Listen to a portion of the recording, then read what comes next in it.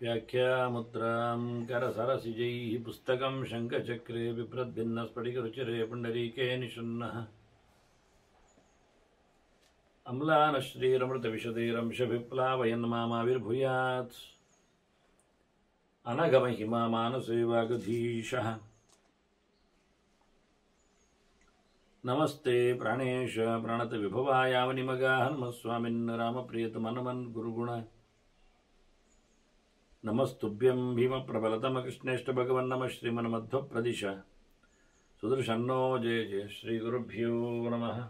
ನಾರಾಯಣಂ ಸುರಗುರುಂ ಜಗದೇಕನಾಥಂ ಭಕ್ತಪ್ರಿಯಂ ಸಕಲಲೋಕನಮಸ್ಕೃತಂಚ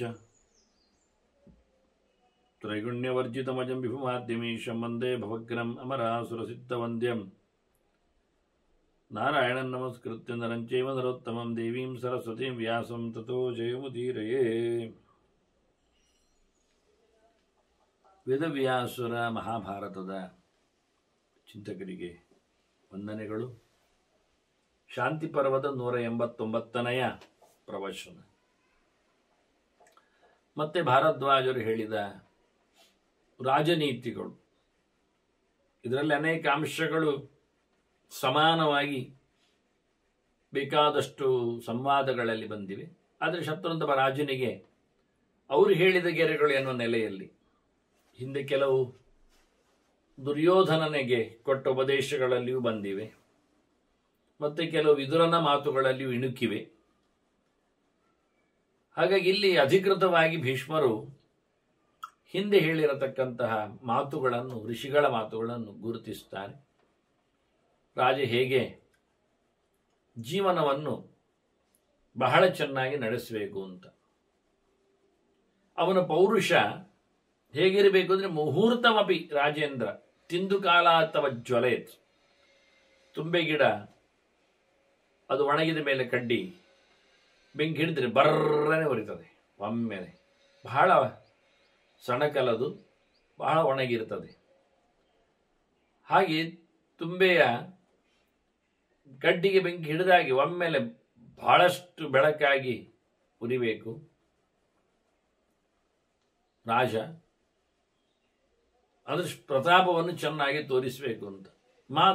ಮಾ ತುಷಾಗ್ನಿ ದಿವ ಅನರ್ಷಿಹಿ ಧುಮಾಯೇತ್ ನರಹ ಚಿರಂ. ಬಹಳ ಕಾಲದವರೆಗೆ ಹೊಗೆ ಇಳಿತಾ ಕೂತ್ಕೊಳ್ಳುವುದಲ್ಲ, ಪ್ರತಾಪ ಇಲ್ಲ, ಹೋಗಿ ಮೆಲ್ಲ ಹೊಡೆಯುವುದು ಬರೋದು, ಮೆಲ್ಲ ಹೊಡೆಯುವುದು ಬರೋದು, ಅದೆಲ್ಲ ಪ್ರಯೋಜನ ಇಲ್ಲ ಅಂತ. ಹೊಟ್ಟಿಗೆ ಹಿಡಿದ ಬೆಂಕಿ ಅಲ್ಲಿ ಉರಿಯುವುದು ಕಾಣುವುದೇ ಇಲ್ಲ, ನಿಮಗೆ ಜ್ವಲನೆ ಕಾಣುವುದೇ ಇಲ್ಲ, ಜ್ವಾಲೆ ಇಲ್ಲ, ಮತ್ತೆ ಖಾಲಿ ಹೊಗೆ ಎಳುತ್ತದೆ. ಈ ರೀತಿಯಾಗಿ ಅವನ ಪ್ರತಾಪ ಇರಬೇಕೇನೋ ಇದು ಹಿಂದೆ ಬಂದಿದೆ. ಈ ಗೆರೆ ಹೀಗೆ ಅರ್ಥದಲ್ಲಿ ಬಂದಿದೆ. ಇದೇ ಪಾಠಗಳೇ ಮಹಾಭಾರತದಲ್ಲಿ ಕಾಣುತ್ತದೆ. ಹೀಗಿರಬೇಕು ರಾಜ ಅಂತ ಹೇಳುತ್ತಾ, ಅವನು ಹೊಗೆ ಆಗಬೇಕು, ಅವನು ಬೆಂಕಿ ಆಗಬೇಕು, ಎರಡೆರಡು ಆಗಲಿಕ್ಕೆಲ್ಲ ಇಲ್ಲ ವಿಷಯ. ಹೊಗೆ ಆದರೆ ಚಪ್ಪೆ ಆಗ್ತಾನೆ ಅಂತ ಅರ್ಥ, ಪ್ರಯೋಜನ ಇಲ್ಲ. ಮೆರಿಬೇಕು, ಬೆಳಗಬೇಕು. ಸತ್ತರೂ ಪರವಾಗಿಲ್ಲ, ಸ್ವರ್ಗವನ್ನು, ವೀರ ಸ್ವರ್ಗವನ್ನು ಬಡೀಲಿಕ್ಕೆ ಬರ್ತದೆ, ಹೇಳಿಯಾಗಿ ಓಡಾಡುವುದಲ್ಲ ಅಂತ ಹೇಳಿಕೊಳ್ಳುವ ನೆಲೆಯಲ್ಲಿ ಬಹಳ ಚೆನ್ನಾಗಿ ಈ ಮಾತನ್ನು ಉಲ್ಲೇಖ ಮಾಡ್ತಾನೆ. ಮತ್ತೆ ಅವನು ಬಹಳ ಯೋಜನೆಗಳಲ್ಲಿ, ಪ್ರಯೋಜನಗಳಲ್ಲಿ ಇದ್ರೆ ನಾನಾರ್ಥಿಕ ಅರ್ಥ ಸಂಬಂಧಂ ಕೃತಜ್ಞೇನ ಸಮಾಚರೇತ್ ಅಂತವನು ಕೆಲಸ ಮಾಡದವನ ಹತ್ತಿರದಲ್ಲಿ ಕೃತಜ್ಞ ಯಾರಿದ್ದಾನೆ, ಮಾಡಿದ್ದನ್ನು ಮರೆಯುತ್ತಾನೆ, ಅವನ ಕೈಯಲ್ಲಿ ದುಡ್ಡಿನ ವ್ಯವಹಾರವನ್ನು ಮಾಡಲಿಕ್ಕೆಲ್ಲ ಹೋಗಬಾರ್ದು. ದೊಡ್ಡ ಮಟ್ಟಿನ ದುಡ್ಡಿನ ವ್ಯವಹಾರ ಉಂಟು ಅಂತಾದರೆ ಮಾಡಿದ್ದನ್ನು ಮರೆಯತಕ್ಕವನ ಜೊತೆಯಲ್ಲಿ ಅಂತಹ ವ್ಯವಹಾರವನ್ನು ನಡೆಸಿಕೊಡಬಾರದು ಅಂತ. ಮತ್ತೆ ಕೆಲಸವನ್ನು ಹೇಳಲಿಕ್ಕೆ ಕೆಲಸದವರಲ್ಲಿ ಮಾಡಿಸಬಹುದು, ಇವನಲ್ಲಿ ಕೆಲಸ ಆಗ್ಲಿಕ್ಕೂ ಸಾಕು, ಕೆಲಸ ಮಾಡಿಸಬಹುದು. ಆದರೆ ಯಾವ ಕೆಲಸವನ್ನು ಪೂರ್ತಿ ಮಾಡಿಕೊಡಬಾರದು. ಮಾಡಿದರೆ ಮತ್ತವರು ಬರುವುದಿಲ್ಲ. ಅವನ ಹಂಗನ್ಲಿಲ್ಲ ಹೇಳಿಕೊಂಡು ಅವರೇ ಅಭಿಮಾನ ಪಡ್ತಾರೆ. ಕಾರ್ಯಾರ್ಥಿ ಶಕ್ಯತೆ ಯೋಕ್ತಂ ಕೃತಕಾರ್ಯ ಅಭಿಮನ್ಯತೆ. ಕೆಲಸ ಮಾಡಲಿಕ್ಕೆ ಇನ್ನೊಬ್ಬರನ್ನು ಹೇಳಲಿಕ್ಕೆ ಬರ್ತದೆ, ಹೇಳಿಸಿಕೊಂಡ ಬಳಿಕ ಆತ ಕೆಲಸ ಆದ ಬಳಿಕ ಇವನನ್ನು ಮುಸುವುದಿಲ್ಲ. ಸಂಬಳ ಆದ ನಂತರಲ್ಲಿ ಯಾರು ಇರುವುದಿಲ್ಲ, ಹೇಗೂ ಹಾಗೆ ಅದನ್ನೆಲ್ಲ ಬೇಕಾದಷ್ಟು ಮುಖಗಳಲ್ಲಿ ವಿದುರನು ಹೇಳಿದ್ದಾನೆ. ತಸ್ಮಾತ್ ಸರ್ವಾಣಿ ಕಾರ್ಯಾಣಿ ಸಾವಶೇಷಾಣಿ ಕಾರ್ಯ. ಯಾವತ್ತು ಕೆಲಸ ಉಳಿಸಬೇಕು, ಉಳಿಸಿದ್ರೆ ಮುಂದುವರಿಲಿಕ್ಕೆ ಆಗ್ತದೆ ಅಂತ, ಒಮ್ಮೆಲೆ ಮುಗಿಸಬಾರದು ಅಂತ. ಇದು ಪೂಜನೀಯ ಮಾತಲ್ಲಿ ಅಂತಹ ಒಂದು ಇಣುಕಿ ಇತ್ತು. ಅದಕ್ಕೂ ಮೊದಲು ಇಲ್ಲಿ ಹೇಳಿದ್ದನ್ನು ನೆನಪಿಸ್ಕೊಳ್ಬಹುದು ನೀವು. ಗಡಿಬಿಡಿ ಮಾಡಬೇಡ, ಎಲ್ಲ ಕೆಲಸ ನಿಧಾನಕ್ಕೆ ಆಗಬೇಕು, ಸ್ವಲ್ಪ ಉಳಿಸಬೇಕು, ಉಳಿಸಿದ್ರೆ ಮತ್ತೆ ಓಡಿ ಹೋಗ್ತಾರೆ ಅವರ ಕೆಲಸ ಆಯಿತು ಅಂತ ಹೇಳಿಕೊಂಡು ಮಾತಾಡಿತ್ತದು. ಅದನ್ನು ರಾಜನ ವಿಷಯದಲ್ಲಿ ಸ್ಪಷ್ಟವಾಗಿ ಇಲ್ಲಿ ಉಲ್ಲೇಖ ಮಾಡ್ತಾನೆ. ಭೀಷ್ಮರವರು ಹೇಳಿದ್ದನ್ನು ತಿಳಿಸಿಕೊಟ್ರು. ಮತ್ತೆ ರಾಜ ಅನೇಕ ಜನರ ಒಳ್ಳೆಯತನ್ನು ನಡೆಸಿಕೊಡಬೇಕು. ಹಾಗಿರ್ಬೇಕು ಅವನು. ಕೋಕಿಲಸ್ಯ ವರಾಹಸ್ಯ ಮೇಷಯೋಹೋ ಶೂನ್ಯವೇಶ್ಮನಃ ವ್ಯಾಳಸ್ಯ ಭಿತ್ತಿಚಿತ್ರಸ್ಯ ಶ್ರೇಯ ತತ್ಸಮಾಚರೇತ್. ಲೋಕದಲ್ಲಿ ಎಲ್ಲ ವಸ್ತುಗಳಲ್ಲಿಯೂ ಒಂದಲ್ಲ ಒಂದು ಬಗೆಯಿಂದ ಒಳ್ಳೆಯದಿರ್ತದೆ, ಒಂದಲ್ಲ ಒಂದು ದೋಷವೂ ಇರ್ತದೆ. ರಾಜ ಅದರ ಗುಣವನ್ನು ನೋಡಿ ಅದರಂತೆ ಬದುಕಲಿಕ್ಕೆ ನೋಡಬೇಕು. ಪ್ರತಿಯೊಂದರ ದೃಷ್ಟಾಂತ ಒಳ್ಳೆಯ ವಿಷಯದಲ್ಲಿ. ಈಗ ಚಂದ್ರನಾಗಿ ಮೋರೆ ಅಂತ ಹೇಳಿದ ತಕ್ಷಣ ನಾವೇನು ಹೇಳಬೇಕು? ಉರುಟಾಗಿದೆ ಅಂತ ಒಂದು ಲಕ್ಷಣದಲ್ಲಿ, ಆನಂತರ ಚೆಲುವಾಗಿದೆ ಅಂತ ಇನ್ನೊಂದರಲ್ಲಿ. ಅಲ್ಲ, ಯಾವ ಚಂದ್ರ ಹೇಳಿದ್ನ? ಬಿದಿಗೆದ್ದು ಅಷ್ಟಮಿ ಇದ್ದು ಎಲ್ಲ ಆದ್ರೆ ಹೌದಲ್ಲ, ಅರ್ಧ ಮೋರೆ ಅರ್ಧ ಚಂದ್ರನಾಗಿ ಮೋರೆ ಅಂತ ಹೇಳ್ತಾರ? ವಾರೆಯಾಗಿ ಉಂಟು ಮೋರೆ ಹೇಳಲಿಕ್ಕೆ ಬರ್ತದ? ಅಥವಾ ಕಲೆ ತುಂಬಿದೆ ಹೇಳುದ? ಚಂದ್ರಮಂಡಲದಲ್ಲಿ ಪೂರ್ತಿ ಒಂದು ಮೊಲದ ಕಲೆ ಕಾಣ್ತದೆ, ಮೋರೆ ತುಂಬ ಮೊಲದ ಕಲೆ ಇದೆ ಹೇಳಿಕೊಂಡು ನಾವು ಚಂದ್ರನಾಗಿ ಉಂಟು ಹೇಳುದ? ನೋಡಿ, ಅಲ್ಲ, ದೋಷದ ಬಗ್ಗೆ ಹೇಳುವುದಲ್ಲ ಯಾವತ್ತು, ಗುಣವನ್ನು. ಅದರಲ್ಲಿ ಅರ್ಧ ಚಂದ್ರ ತುಂಡು ಚಂದ್ರ ಅಲ್ಲ, ಇಡೀ ಚಂದ್ರನ ಬಗ್ಗೆ ಚಿಂತನೆ. ಹಾಗೆ ಹೇಳುವಾಗ ಒಳ್ಳೆಯದನ್ನು ಮಾತ್ರ ಗುರುತಿಸು, ಕೆಟ್ಟದ್ದನ್ನು ಗಮನಿಸುವುದಲ್ಲ. ಕೋಕಿಲಸ್ಯ, ನೋಡಿ ಕೋಗಿಲೆ ಏನ್ ಮಾಡ್ತದೆ? ಅದು ಇನ್ನೊಬ್ಬರ ಗೂಡಿನಲ್ಲಿ ತಾನು ಮೊಟ್ಟೆ ಇಟ್ಟು ತನ್ನ ಕೆಲಸವನ್ನು ಮಾಡಿಕೊಳ್ತದೆ. ಹಾಗೆ ರಾಜ ಕೋಗಿಲೆಯಂತೆ ಆದಷ್ಟು ಪರ ವಿಷಯಗಳಲ್ಲಿ ತನ್ನ ಬೇಳೆಯನ್ನು ಬೇಯಿಸಿಕೊಳ್ಳಲಿಕ್ಕೆ ನೋಡಬೇಕು. ವರಾಹಸ್ಯ, ವರಾಹ ಏನು ಮಾಡ್ತದೆ? ಅದು ಗೆಡ್ಡೆ ಗೆಣಸುಗಳನ್ನು ಅಗೆದು ಬಗೆದು ತಿಂತದೆ.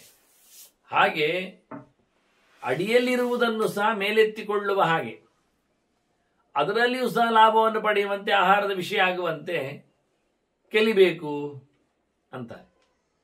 ಅದು ಭಾರಿ ಜೋರು. ಹುಲಿ ಸಿಂಹಗಳನ್ನು ಎದುರಿಸ್ತದೆ ಕಾಡು ಹಂದಿ ಅಂದ್ರೆ. ಹಂದಿ ಆದರೇನು? ಗಟ್ಟಿಯಾಗಿರ್ತದೆ. ಯಾವ ಕ್ರೂರ ಮೃಗಗಳಿಗೆ ಹೆದರದಂತಹ ಅದು ತನ್ನ ಊರಿನಲ್ಲಿ ಆದರೆ ಗಲೀಜು ಪದಾರ್ಥಗಳಿರ್ತದೆ, ಆದರೂ ನಿರ್ಭಯವಾಗಿರ್ತದೆ.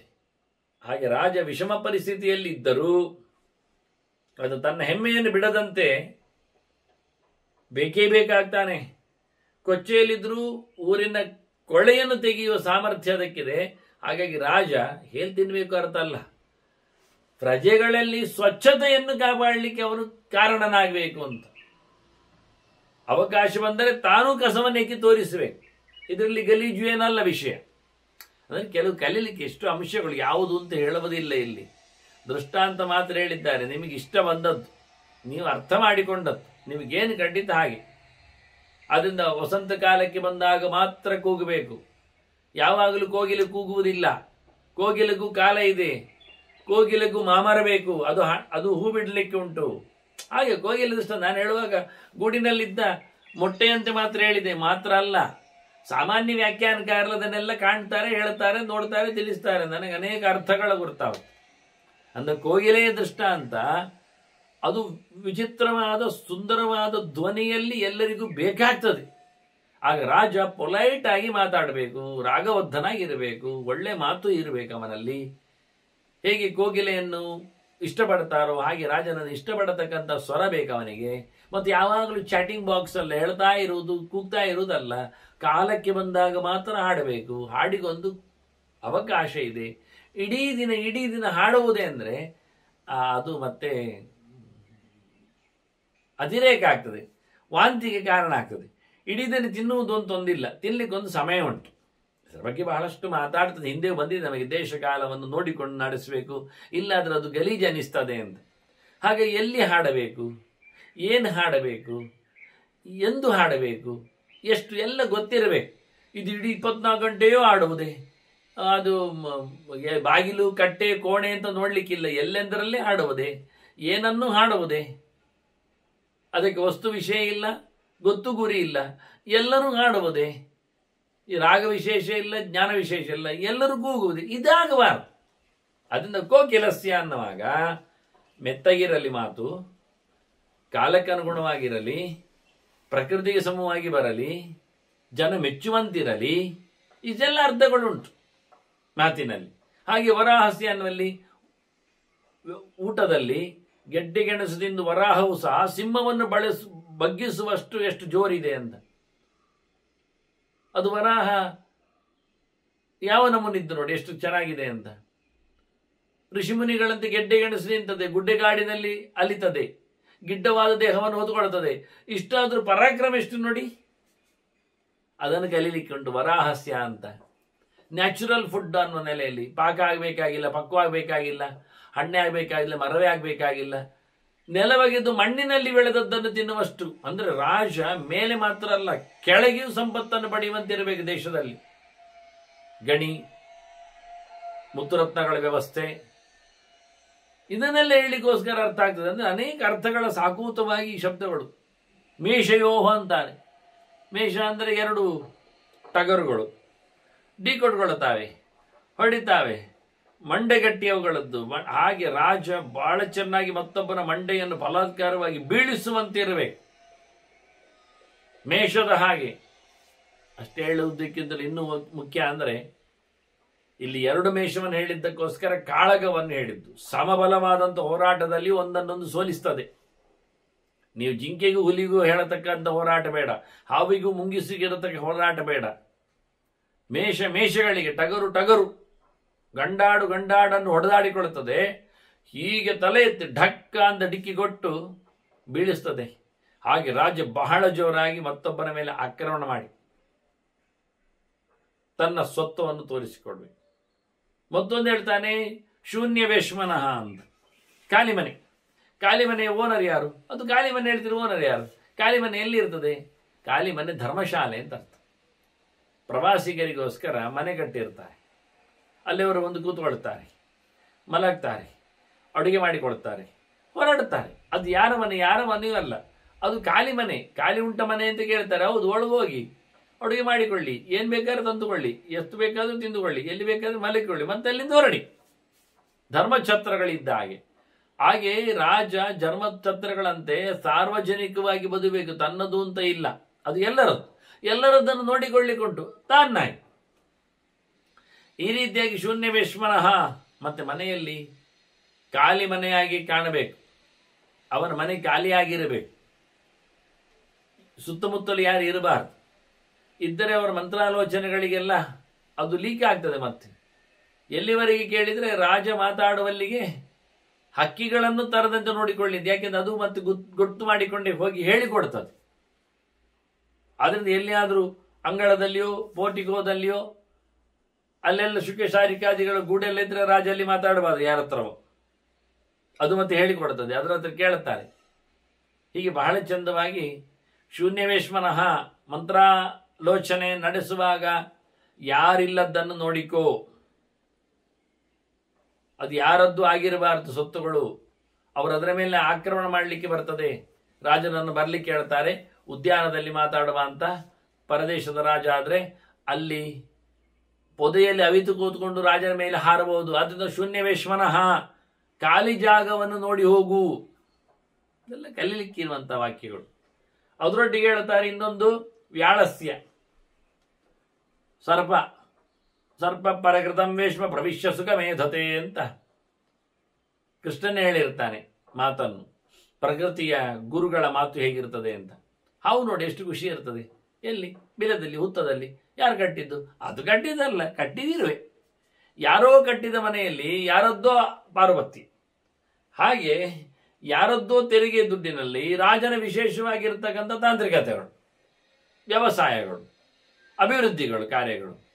ಹೀಗೆ ಬಹಳ ಚೆನ್ನಾಗಿ ಉಳಿದವರ ಶ್ರಮದಿಂದ, ಉಳಿದವರ ದ್ರವ್ಯದಿಂದ ರಾಜ ದೇಶದ ಎತ್ತರವನ್ನು ಅಭಿವೃದ್ಧಿಗೊಳಿಸಬೇಕು. ಹಾವು ಹಾಯಾಗಿ ಇನ್ನೊಬ್ಬರು ಕಟ್ಟಿದ ಮನೆಯಲ್ಲಿ ಇರುವಂತೆ ರಾಜ ಹಾಯಾಗಿರಬೇಕು. ಇನ್ನೊಬ್ಬರ ಯೋಚನೆಗಳಲ್ಲಿ ಚಾರರನ್ನು ಬಿಡುವುದು, ಮಂತ್ರಿಗಳನ್ನು ವಿನಿಯೋಗಿಸುವುದು, ಸೇನೆಗಳನ್ನು ಕಟ್ಟುವುದು, ಇದನ್ನೆಲ್ಲ ಮಾಡುವ ಮೂಲಕ ರಾಜ ನೆಮ್ಮದಿಯಾಗಿರ್ತಾನೆ. ಅವರವರ ಪಾಳೆಯಗಳಲ್ಲಿ ಅವರವರ ಆಯಾ ಕೆಲಸಗಳನ್ನು ಮಾಡುತ್ತಾ ಬಹಳ ಚೆನ್ನಾಗಿ ದೇಶವನ್ನು ಮುಂದುವರಿಸಲಿಕ್ಕೆ ಆಗ್ತದೆ.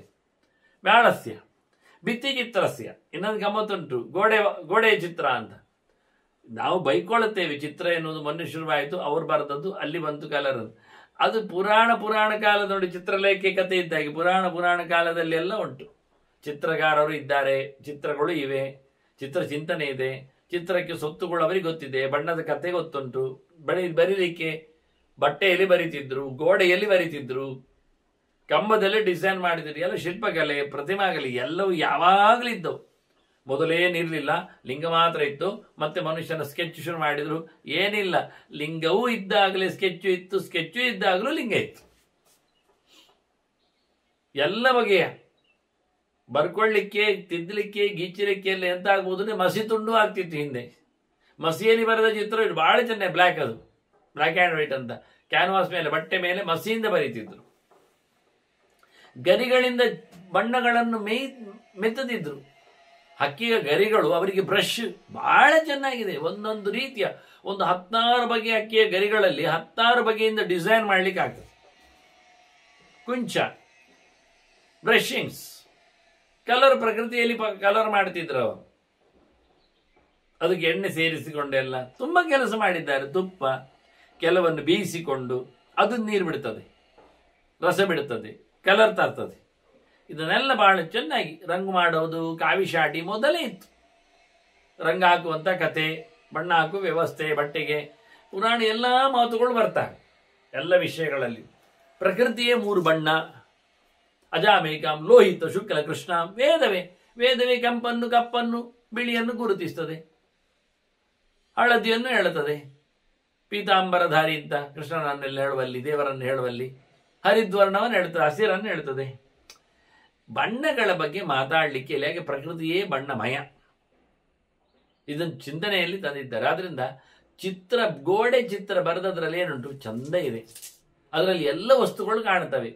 ಆ ಚಿತ್ರದಲ್ಲಿ ಮರ ಬರ್ತದೆ, ನದಿ ಕಾಣ್ತದೆ, ಪ್ರಾಣಿಗಳು ಅಲ್ಲಾಡ್ತಾ ಇರ್ತವೆ, ಅಂದ್ರೆ ಪ್ರಾಣಿಗಳ ಸಂಚಾರ ಕಾಣ್ತದೆ, ಎಲ್ಲ ಇದೆ. ಆದ್ರೆ ಕ್ರಿಯಾಶೀಲ ಆಗ್ತದ, ಕೆಲಸ ಆಗ್ತದ. ಗೋಡೆಯಲ್ಲಿ ಬರೆದ ಚಿತ್ರದಲ್ಲಿ ಇರತಕ್ಕ ಮರದಲ್ಲಿ ಹಣ್ಣು ಗಿಜಿ ಉಂಟು, ತಿನ್ನಲಿಕ್ಕೆ ಸಿಗ್ತದ? ಆಗುದಿಲ್ಲ. ಹಾಗೆ ರಾಜ ಕಾಣ್ಲಿಕ್ಕೆ ಕರೆಕ್ಟ್ ಇರಬೇಕು, ಕೆಲಸ ಆಗುವಾಗ. ಹಾಗೆ ರಾಜನ ಕತೆ, ರಾಜ ಕ್ಯಾನ್ವಾಸ್ ಪೈಂಟಿಂಗ್ ಆಗಿರ್ಬೇಕಂತೆ. ಜನರಿಗೆ ಬಹಳ ಚೆನ್ನಾಗಿದ್ದಾನೆ, ಏನು ಗಂಭೀರ, ಏನು ವಿಷಯ. ಹಾಗೆ ಬಹಳ ಸುಂದರವಾಗಿ ವ್ಯಾಳಸ್ಯ ಭಿತ್ತಿ ಚಿತ್ರಸ್ಯ ಯಚ್ರೇಯ ತಸಮಾಚರೇತ್. ಲೋಕದಲ್ಲಿ ಹಾಗೆ ರಾಜ ಇರಬೇಕು ಅಂತ. ಮತ್ತೆ ರಾಜನಿಗೆ ಎಂಥವರು ಒಳ್ಳೆಯವರಾಗುವುದಿಲ್ಲ ಅಂದರೆ, ನಾಲಸಾ ಪ್ರಾಪ್ನುಯಾತ್ ಅರ್ಥಾನ್, ಪ್ರಾಪ್ನುವಂತಿ ಅರ್ಥಾನ್, ನ ಕ್ಲೀಬಾ ನಾಧಿಮಾನಿನಃ ನ ಚ ಲೋಕರವಾದ್ಭೀತಾಃ ನವೈ ಕಶ್ಚಿತ್ ಪ್ರತೀಕ್ಷಣ. ನವೈ ಶಶ್ವತ್ ಪ್ರತೀಕ್ಷಣ. ಕಾಲವನ್ನು ಕಾಯುವವರಿಗೆ ನಾಳೆ ಆಗ್ತದೆ, ನಾಳೆ ಬರ್ತದೆ ಅಂತ ಹೇಳಿಕೊಂಡು ಕಾಲದ ನಿರೀಕ್ಷೆಯಲ್ಲಿ ಕೂತವರಿಗೆ ಏನು ದುಡ್ಡು ಬರುವುದಿಲ್ಲ, ದುಡಿಬೇಕು. ಸೋಮಾರಿಗಳ ತಟ್ಟೆಗೆ ಅನ್ನ ಬೀಳುವುದಿಲ್ಲ, ಪ್ರಯತ್ನಿಸಬೇಕು. ಯಾರು ಹೇಡಿಗಳಿದ್ದಾರೆ, ಹೆದರ್ಕೊಳ್ಳುತ್ತಾರೆ, ಅವರಿಗೆ ಯಾರು ಸಹ ಏನು ಕೊಡುವುದಿಲ್ಲ, ಧೈರ್ಯದಲ್ಲಿ ಮುಂದೋಗ್ಬೇಕು. ಯಾರು ಮಂಡೆ ಬಾರಿ ಹಚ್ಚಿಕೊಳ್ಳುತ್ತಾರೆ, ಗರ್ವ ಪಡುತ್ತಾರೆ, ಅಭಿಮಾನಿಗಳೆನಿಸ್ತಾರೆ, ಅವರಿಗೆ ಯಾರು ಕರೆದು ಹಾಕುವುದಿಲ್ಲ. ಅದರಿಂದ ತಗ್ಗಿ ಬಗ್ಗೆ ಇರಬೇಕು, ಶ್ರಮ ವಹಿಸಬೇಕು, ಧೈರ್ಯದಲ್ಲಿ ಮುನ್ನುಗ್ಗಬೇಕು. ಮತ್ತೆ ಜನರ ಮಾತುಗಳಿಗೆಲ್ಲ ಹೆದರಿಕೊಳ್ಳುವ ಇದ್ದಾನಲ್ಲ, ಅವನು ಮುಂದೆ ಹೋಗುವುದಿಲ್ಲ. ಹೆದರ್ಕೊಳ್ಬಾರದು, ಹೇಳ್ತಾರೆ, ಹೇಳಿಕೊಳ್ಳಿ. ಹೇಗಿರ್ತದೆ ಹಾಗಿರ್ತದೆ. ಹೋಗ್ತಾ ಇರ್ತದೆ ಆನೆ, ಆಗ ನಾಯಿ ಕೂಗ್ತದೆ. ಆನೆ ಏನು ಮಾಡುವುದೇ ಇಲ್ಲ, ಬರುವಾಗಲೂ ನಾಯಿ ಕೂಗ್ತದೆ, ಆನೆ ಏನು ಮಾಡುವುದೇ ಇಲ್ಲ. ಇದನ್ನು ನಾಯಿ ತಿಳ್ಕೊಳ್ಳುತ್ತದೆ ಏನು ಅಂತ, ಆನೆಗೆ ಕಿವಿ ಕೇಳುವುದಿಲ್ಲ ಅಂತ. ಆನೆ ಏನು ತಿಳ್ಕೊಳ್ತದೆ, ನಾಯಿಗೆ ಬೊಗಳ್ಲಿಕ್ಕೆ ಮಾತ್ರ ಆಗ್ತದೆ. ಅದೇನು ನನ್ನ ಎತ್ತರವನ್ನು ಪಡೀತದೆ, ಸುಮ್ಮನೆ ಲೀಸ್ಟ್ ಬಾದರ್ ಅಬೌಟ್ ಇಟ್. ಉಪೇಕ್ಷೆ, ಇದೆ. ಇಡೀ ಇವತ್ತು ಘನ ಸರ್ಕಾರ ಮಾಡತಕ್ಕ ದೊಡ್ಡ ಕೆಲಸಗಳನ್ನು ದೇಶ ಮೆಚ್ಚಿಕೊಳ್ಳುವಂತೆ, ವಿದೇಶಗಳು ತಲೆದೂಗುವಂತೆ, ಇಡೀ ಪ್ರಪಂಚವೇ ನಿಬ್ಬೆರಗಾಗುವಂತೆ ನೋಡಿಕೊಂಡಾಗ ಇಲ್ಲಿನ ನಾಯಿಗಳಿಗೆ ಬೊಗಳುವ ಆಸೆ ಹೆಚ್ಚಿರ್ತದೆ. ಏನ್ ಆನೆ ಮೆರಿತಾ ಇದೆ ಅಲ್ಲ ಅಂತ. ಆನೆಗೆ ಏನಾಗುವುದಿಲ್ಲ ನಾಯಿ ಕೊರೆದಾಗ. ಹಾಗೆ ಬಹಳ ಚೆನ್ನಾಗಿ ಹೇಳುತ್ತಾರೆ, ನಜ ಲೋಕರವಾದ ಭೀತಾಹ ಅಂತ. ಊರಿನ ಬೊಬ್ಬೆಗಳಿಗೆಲ್ಲ ಹೆದರಿಕೊಳ್ಳಿಕ್ಕಿಲ್ಲ ರಾಜ. ತಾನು ಏನು ಮಂತ್ರಾಲೋಚನೆಯನ್ನು ಮಾಡಲಿಕ್ಕೆ ಹೊರಟಿದ್ದಾನಂದು ನಡೆಸಿಕೊಟ್ರೆ ಇಡೀ ದೇಶವನ್ನು ಆಳ್ಲಿಕ್ಕೆ ಬರ್ತದೆ. ಸಂಪತ್ತು ಬರುವುದು ಜನರ ಹತ್ರ ಕೇಳಿಕೊಂಡಲ್ಲ, ಆಗುವುದಿಲ್ಲ. ಹಾಗಾಗಿ ಬಹಳ ಚೆನ್ನಾಗಿ ದುಡಿ, ಆಲಸಿ ಆಗಬೇಡ, ಸೋಮಾರಿತನ ಬಿಡು. ನೀನು ಷಂಡನಲ್ಲ, ನಪುಂಸಕನಲ್ಲ. ನೀನು ಪ್ರಯತ್ನವನ್ನು ಮಾಡು. ಜೊತೆಯಲ್ಲಿ ಒಳ್ಳೆಯ ರೀತಿಯಾಗಿ ಜನರನ್ನು ಕಾಪಾಡಿಕೊಳ್ಳಿಕ್ಕೆ ನೋಡು. ಕಾಲ ದೂಡಬೇಡ. ನಾಳೆ ಆಗ್ತದೆ, ನಾಳೆ ಮಾಡುತ್ತೇನೆ ಅಂತ ಯಾವುದನ್ನೋ ಪ್ರತೀಕ್ಷೆ ಮಾಡಿ. ಕಾಲ ಮಾತ್ರ ಅಲ್ಲ, ದೇಶವನ್ನು, ದ್ರವ್ಯವನ್ನು, ವ್ಯಕ್ತಿಯನ್ನು, ಇನ್ನು ಮಳೆಯನ್ನು, ಮತ್ತೊಂದನ್ನು ಕಾದು ಕೂತು ಕೆಲಸ ಮಾಡುವ ಕೆಲಸ ಬೇಡ. ಮಾಡಲಿಕ್ಕೆ ಮಾಡು, ಮುಂದುವರಿಸು ಅನ್ನೋ ನೆಲೆಯಲ್ಲಿ ಹೇಳ್ತಾರೆ. ಮತ್ತೆ ಶತ್ರುಗಳನ್ನು ಯಾವತ್ತೂ ಮಾತಾಡಿಸ್ತಾ ಇರಬೇಕಂತೆ. ನಾವಾಗಿ ಮುಂಚೂಣಿಯಲ್ಲಿ ಬಿದ್ದುಕೊಂಡೆಲ್ಲ. ಉತ್ತಾಯ ಉತ್ತಾಯ ಗಚ್ಚೆಚ್ಚ ನಿತ್ಯಯುಕ್ತ. ಎಚ್ಚರ ಇರಬೇಕು. ರಿಪೋರ್ ಗೃಹಂ ಕುಶಲಂಚಾಸ್ಯ ಪೃಚ್ಛೇತ ಯದ್ಯಪ್ಯ ಕುಶಲಂ ಭವೇತ್. ಅವನು ಹಾಳಾದ್ರೇನೆ ನಮಗೆ ಒಳ್ಳೇದು, ಸತ್ತೋದ್ರೆ ತುಂಬಾ ಇಷ್ಟ. ಆದ್ರೂ ಅವನಲ್ಲಿ ಕ್ಷೇಮವಾ, ಚೆನ್ನಾಗಿದ್ದೀರಾ, ಬದುಕಿ ಉಂಟಾ ಕೇಳಬೇಕಂತ. ನಮಗೆ ಬೇಡ ಆದ್ರೂ ಶತ್ರುಗಳನ್ನು ವಿಚಾರಿಸ್ತಾ ಇರಬೇಕು. ನಾವಾಗಿ ಶತ್ರುಗಳ ಮನೆಗೆ ಹೋಗದಿದ್ರು ನಮ್ಮವರನ್ನು ಕಳಿಸ್ಬೇಕು, ಅವರನ್ನು ವಿಚಾರಿಸಿಕೊಂಡು ಬರುವಂತಿರಬೇಕು. ಆನಂತರ ಅವರ ಹತ್ರ ಕೇಳಿಕೊಂಡದ್ದನ್ನು ತಾನು ಚೆನ್ನಾಗಿ ತಿಳ್ಕೊಳ್ಬೇಕು. ಹಾಗೆ ಆದಷ್ಟು ಶತ್ರುಗಳ ಬಗ್ಗೆ ಕಾಳಜಿ ವಹಿಸಿದಂತೆ ನಾಟಕ ಮಾಡಬೇಕು. ಇದು ಕ್ರಮ ಅವನದ್ದು, ಹೀಗಿರ್ತದೆ. ಹಾಗೆ ಹೇಳಿಕೊಂಡು ಅವನು ಹೊರಗಿನ ಯಾವುದೇ ದುಷ್ಟ ಕೂಟಗಳಲ್ಲೆಲ್ಲ ಸೇರ್ಲಿಕ್ಕೆ ಹೋಗಬಾರದು. ಪಾನಂ ಅಕ್ಷಾಹ ತಥಾ ನಾರ್ಯ ಮೃಗಯ ಗೀತವಾದಿತಂ ಏತಾನಿ ಯುಕ್ತ ಸೇವಂತೆ ಏತಾನಿ ಯುಕ್ತ ಸೇವೇತ ಪ್ರಸಂಗ ಅತ್ರ ದೋಷವ.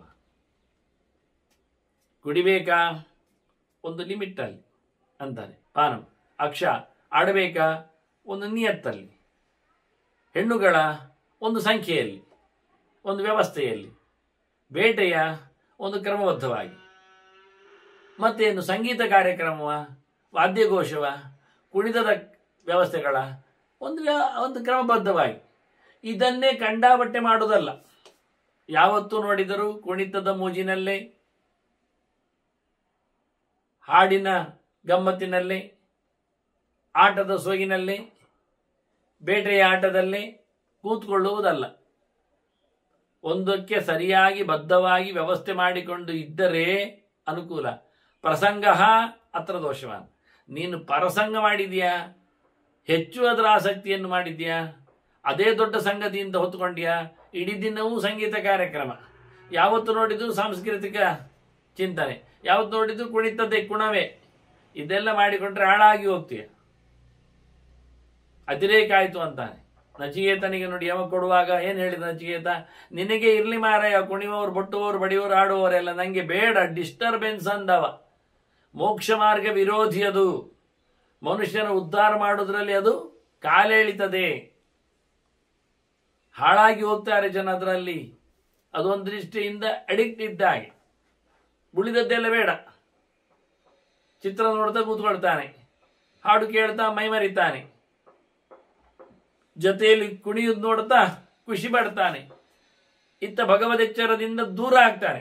ಇಲ್ಲ ರೀ, ಅದರಲ್ಲೇ ದೇವರನ್ನು ನೋಡಿ, ಅದರಲ್ಲಿ ಏನು ದೆವ್ವವನ್ನು ನೋಡ್ತಾನೆ, ದೇವರನ್ನು ನೋಡೋದಿಲ್ಲ ಅವ ಸುಮ್ಮನೆ. ಅವನಿಗೆ ಸಾಹಿತ್ಯದ ಮೇಲೆ ಗಮನ ಇಲ್ಲ, ಸಂಗೀತದ ಮೇಲೆ. ಅವನಿಗೆ ಕೆಲವೊಮ್ಮೆ ಕುಣಿಯುವುದರ ಸಂದೇಶದ ಮೇಲೆ ಎಚ್ಚರ ಇರುವುದಿಲ್ಲ, ಕುಣಿಯುವವರ ಮೇಲೆ ಗಮನ ಇರ್ತದೆ. ಹೇಗೆ ಕುಣಿತಾರೆ, ಏನು ಕುಣಿಸ್ತಾರೆ ಅಂತ. ಅಂಗಾಂಗಿಗಳ ಚಲನೆಯಲ್ಲಿ ಅವನು ತತ್ಪರನಾಗ್ತಾನೆ, ತಾದಾತ್ಮ್ಯವನ್ನು ಪಡಿತಾನೆ, ಭಗವಂತನನ್ನು ಕಾಣುವುದಿಲ್ಲ. ಅಂತ ಎಚ್ಚರವುಳ್ಳ ಯೋಗಿ ಅದನ್ನು ನೋಡ್ಲಿಕ್ಕೆ ಹೋಗುವುದೇ ಇಲ್ಲ, ಕುಣಿತದಲ್ಲಿ ನೋಡ್ಲಿಕ್ಕೆ ಹೋಗುವುದೇ ಇಲ್ಲ. ಅವನು ಪ್ರಕೃತಿಯಲ್ಲಿ ನೋಡ್ತಾನೆ. ನೆಲೆಗೊಂಡ ಮರದ ಗೆಲ್ಲುಗಳ ಎಲೆಗಳ ಸಂಚಾರದಲ್ಲಿ ಭಾವಗಳನ್ನೆಲ್ಲ ಗುರುತಿಸ್ತಾನೆ ಅವನು. ಅವನಿಗೆ ನಿಮ್ಮ ಹೊರಗಿನ ಯಾವುದೇ ಭಾವಗಳ ಏನು ರೌದ್ರ ಇದ್ದಾನೆ, ಏನು ಶೃಂಗಾರ ಇರ್ತಾನೆ, ಅವೆಲ್ಲ ಬೇಡ ಅವನಿಗೆ. ಅವನಿಗೆ ಶೈವ ವೈಷ್ಣವ ಯಾವುದೇ ಕಥೆ ಇಲ್ಲ. ಅವನಿಗೆ ಭಗವದೆಚ್ಚರವುಳ್ಳವನಿಗೆ ಬಹಳ ಅದ್ಭುತವಾದಂತಹ ಚಿಂತನೆ ಇರ್ತದೆ. ಹಾಗಾಗಿ ಎಲ್ಲವನ್ನು ಅನುಕೂಲಕರವಾಗಿಟ್ಟುಕೊಂಡ್ರೆ ಅವನಿಗೆ ಗುಣ ಆಗ್ತದೆ. ಇಲ್ಲಾದರೆ ಪ್ರತಿಯೊಂದು ಅವನನ್ನು ದೋಷದಲ್ಲಿ ಮುಳುಗಿಸಿ ಆಗ್ತದೆ. ಅತ್ಯಾಸಕ್ತಿ ಎನ್ನುವುದು ಎಲ್ಲ ಕಡೆಯೂ ಅತ್ಯಂತ ನಿಕೃಷ್ಟವಾದದ್ದು. ಆದ್ರಿಂದ ನೀವೇನೇನು ಮಾಡಬೇಕು, ಗುಹೇತ್ ಕೂರ್ಮೈವಾಂಗಾನಿ ರಕ್ಷೇತ್ ವಿವರ ಆತ್ಮನಃ. ಇವನೆಲ್ಲಾದ್ರೂ ಡ್ರಾಬ್ಯಾಕ್ಗಳು, ದೌರ್ಬಲ್ಯಗಳು ಎಲ್ಲ ಇದ್ರೆ ಅದನ್ನು ತೋರಿಸುವುದಲ್ಲ. ಆಮೆ ತನ್ನ ಕೈಕಾಲುಗಳನ್ನೆಲ್ಲ ಒಳಗಿಡ್ಕೊಳ್ಳೋದಿಲ್ವಾ? ಹಾಗೆ ರಾಜ ಒಳ್ಳೆ ಇಂದ್ರಿಯ ನಿಗ್ರಹ ಮಾಡುವೆ. ಮಾರೆ ನನಗೆ ಹಾಡು ಕೇಳಬೇಕು ಅಂತ, ಕೇಳಬಾರದು, ಕೇಳಿಸಿಕೊಳ್ಳಬಾರದು, ಹಾಗೆ ಮಾಡಿಕೊಳ್ಳಬೇಕು. ಅತಿಯಾದ ಹಾಡು ಕೇಳಲಿಕ್ಕೆ ಹೋಗಿ ಮತ್ತೆ ಬಹಳ ಚಂದ ಹೇಳಿದಾನೆ, ಅವನು ತನ್ನ ಸರವನ್ನು ಉಂಗುರವನ್ನು ಕೊಡ್ತಾನೆ, ಅದು ಇದು ರಾಜಮುದ್ರಿಗೆ ಕೊಟ್ಟಿದೆ ಹೇಳಿಕೊಂಡು ಬೇರೆ ಏನೋ ಕೆಲಸ ಮಾಡಿ ತಿಜೋರಿಯಿಂದ ಕೀಗನ್ನು ಪಡೆದುಕೊಂಡು ಹೋಗಿ ತಮಗೆ ಬೇಕಾದ ಕಳ್ಳಕಾಕರನ್ನೆಲ್ಲ ಬಿಡುಗಡೆ ಮಾಡಿಬಿಡ್ತದೆ. ಗೊತ್ತಾದಾಗ ಅವರೆಲ್ಲ ಕತ್ತಿ ಮಸೀದಿ ಇವನ ಮೇಲೆ ಹೋರಾಡಲಿಕ್ಕೆ ಬಂದಾಗಿರ್ತದೆ. ಅದು ಬಹಳ ಕಷ್ಟ ಅಂತಾನೆ. ಹಾಗೆಲ್ಲ ಯಾವುದಕ್ಕೂ ಮೈ ಮರೆಯಬೇಡ. ನಿನ್ನನ್ನು ಆದಷ್ಟು ಯಾವುದರಲ್ಲಿಯೂ ನಿನ್ನಿರಲ್ಲಿರ್ತಕ್ಕಂತಹ ಕಮ್ಮಿತನವನ್ನು ನೀನು ಆದಷ್ಟು ಮುಚ್ಚಿಡು. ಪರಛಿದ್ರವನ್ನು ಚೆನ್ನಾಗಿ ಗುರುತಿಸು. ನಿನ್ನಲ್ಲಿರತಕ್ಕಂತಹ ತಪ್ಪುತನವನ್ನು ಆದಷ್ಟು ಕಾಣದಂತೆ, ಯಾರಿಗೂ ತಿಳಿಯದಂತೆ, ನೀನು ಯಾವುದರಲ್ಲಿ ಸಿಕ್ಕಿ ಬೀಳ್ತೀಯ ಅನ್ನೋದು ಅರ್ಥ ಆಗದಂತೆ ಇರಬೇಕು. ಆಮೆ ತನ್ನ ದೇಹದಲ್ಲಿ ಎಲ್ಲ ಅಂಗಗಳನ್ನು ಒಳೆದೆಳುವಂತೆ ನೀನು ಎಲ್ಲವನ್ನು ಮುಚ್ಚಿಕೊಂಡಿರಬೇಕು ಅಂತ ಹೇಳಿಕೊಂಡು ಶತ್ರುಗಳನ್ನೆಲ್ಲ ಚೆನ್ನಾಗಿ ಬಿಚ್ಚುತ್ತಾ ಇರಬೇಕು. ಪರಛಿದ್ರವನ್ನು ಗಮನಿಸಬೇಕು, ಸಚ್ಛಿದ್ರವನ್ನು ಮುಚ್ಚಿರಬೇಕು. ಅದಕ್ಕೇನು ಮಾಡಲಿಕ್ಕೆ ಉಂಟು ಕೇಳಿದರೆ, ಒಂದು 4 ಪ್ರಾಣಿ ಆಗ್ಬೇಕು ನೀನು. ಇದು ಒಳ್ಳೆ ಕಥೆ ಆಯ್ತಲ್ಲ. ರಾಜನು ಹೌದು ಭಗವತ್ ಚಿಂತೆಯೇತ್ ಅರ್ಥಾನ್. ಬಕ ನೋಡಿ ಹೇಗಿರ್ತದೆ, ಬಕಪಕ್ಷಿ ಅದು ನೀರಲ್ಲಿ ಕೂತಿರ್ತದೆ, ಹೀಗೆ ಸುಮ್ಮನೆ ಅಲ್ಲಾಡುವುದಿಲ್ಲ. ಏಕಾಗ್ರವಾದ ಮನಸ್ಸು, ಏಕಾಗ್ರವಾದ ನೋಟ, ಹಾಗೆ ಭಗಧ್ಯಾನ ಅಂತ ಕರೀತಾರೆ. ಹಾಗೆ ಕೂತಿದ್ದು ಸಡನ್ ಆಗಿ ನೀರಿನಲ್ಲಿ ಕೊಕ್ಕಾಗಿ ಮೀನು ಹಿಡಿತದೆ. ಅದು ಯಾವಾಗ ಅಂದ್ರೆ, ಅದು ಗಮನಿಸ್ತಾ ಇದ್ದದ್ದು ಏನು ಗೊತ್ತುಂಟ, ನೀರಿನ ಹರವಿನಲ್ಲಿ ಇರತಕ್ಕಂಥ ವೈಬ್ರೇಷನ್, ಕಂಪನ. ಒಂದು ಯಾವತ್ತದು ಸಿಕ್ಕಿತ ಅದು ಹತ್ತಿರದಲ್ಲಿ ಕಂಪನ, ಆಗ ಅದು ಮೀನಿನಿಂದಲೇ ಎನ್ನುವುದು ಖಾತಿರದಿಗೆ ಹಿಡಿದಾಯ್ತು. ಹಾಗೆ ನೀನು ಬಗದಾಗಿ ಏಕಾಗ್ರವಾದ ಧ್ಯಾನದಲ್ಲಿ ರತನಾಗಿರುವ ಹಾಗೆ ಮಾಡು. ಯಾವಾಗ ಹಿಡಿಲಿಕ್ಕೆ ಬರ್ತದೋ ಆವಾಗ ಹಿಡಿಬಿಡು ಸಂಪತ್ತನ್ನು ಅಂತ. ಮತ್ತೆ ಸಿಂಹವಚ್ಚ ಪರಾಕ್ರಮೇ, ಪರಾಕ್ರಮದಲ್ಲಿ ಶತ್ರುಗಳ ಮೇಲೆ ಎರಗುವುದರಲ್ಲಿ ಸಿಂಹ ಆಗಬೇಕು. ಮುಗಿಸದೆ ಬರಲೇಬಾರದು, ಸೋಲುವ ಕತೆ ಇಲ್ಲ. ರಾಜ ಸಿಂಹ ರಾಜದಂತೆ ಇರಬೇಕು. ವೃಕವತ್ ಚ ಅವಲಂಪೇತ, ವೃಕ ಅಂದ್ರೆ ತೋಳ, ತೋಳದಾಗಿ ಕಿತ್ತು ತಿನ್ನಬೇಕು. ಹೊಟ್ಟೆ ಬಾಕದಾಗೆ, ಹಸಿದಿದ್ದಾಗೆ.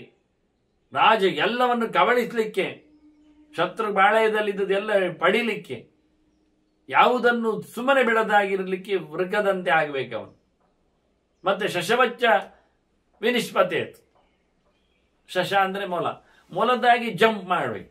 ಹಗ್ಗೂರ ಹಾರ್ಕೊಂಡು ಹಾರ್ಕೊಂಡು ಹಾರ್ಕೊಂಡು ಹಾರ್ಕೊಂಡು ಹೋಗುದೇ. ನಮಗೊಂದು 10 ಹಾರಬೇಕು ಹೇಳಿದ್ರೆ ಮತ್ತೆ 10 ಹಾರಿದಾಗ ಮೊದಲೇ ಒಂದು ಆಂಬ್ಯುಲೆನ್ಸ್ ಇರಬೇಕು. ಯಾಕೆ ಅದು ಹಾರಿ ಹೋಗಿರ್ತದೆ ಶ್ವಾಸ. ಮತ್ತೆ ಲಾಘವ ಇಲ್ಲ ನಮ್ಮಲ್ಲಿ. ಮಧ್ವಾಚಾರ್ಯರು ಬೆಟ್ಟದಿಂದ ಬೆಟ್ಟಕ್ಕೆ ಹಾರಿಕೊಂಡು ಹೋಗಿದ್ದಾರೆ. ವಾನರೇಂದ್ರ ಇವ ವಾಯುಜವೋಸೋ ಭೀಮಸೇನ ಇವ ದಾನವ ಭೀಮ ಉಲ್ಲಲಾಸಗಿರಿ ಪುಂಗವ ಶೃಂಗೆ.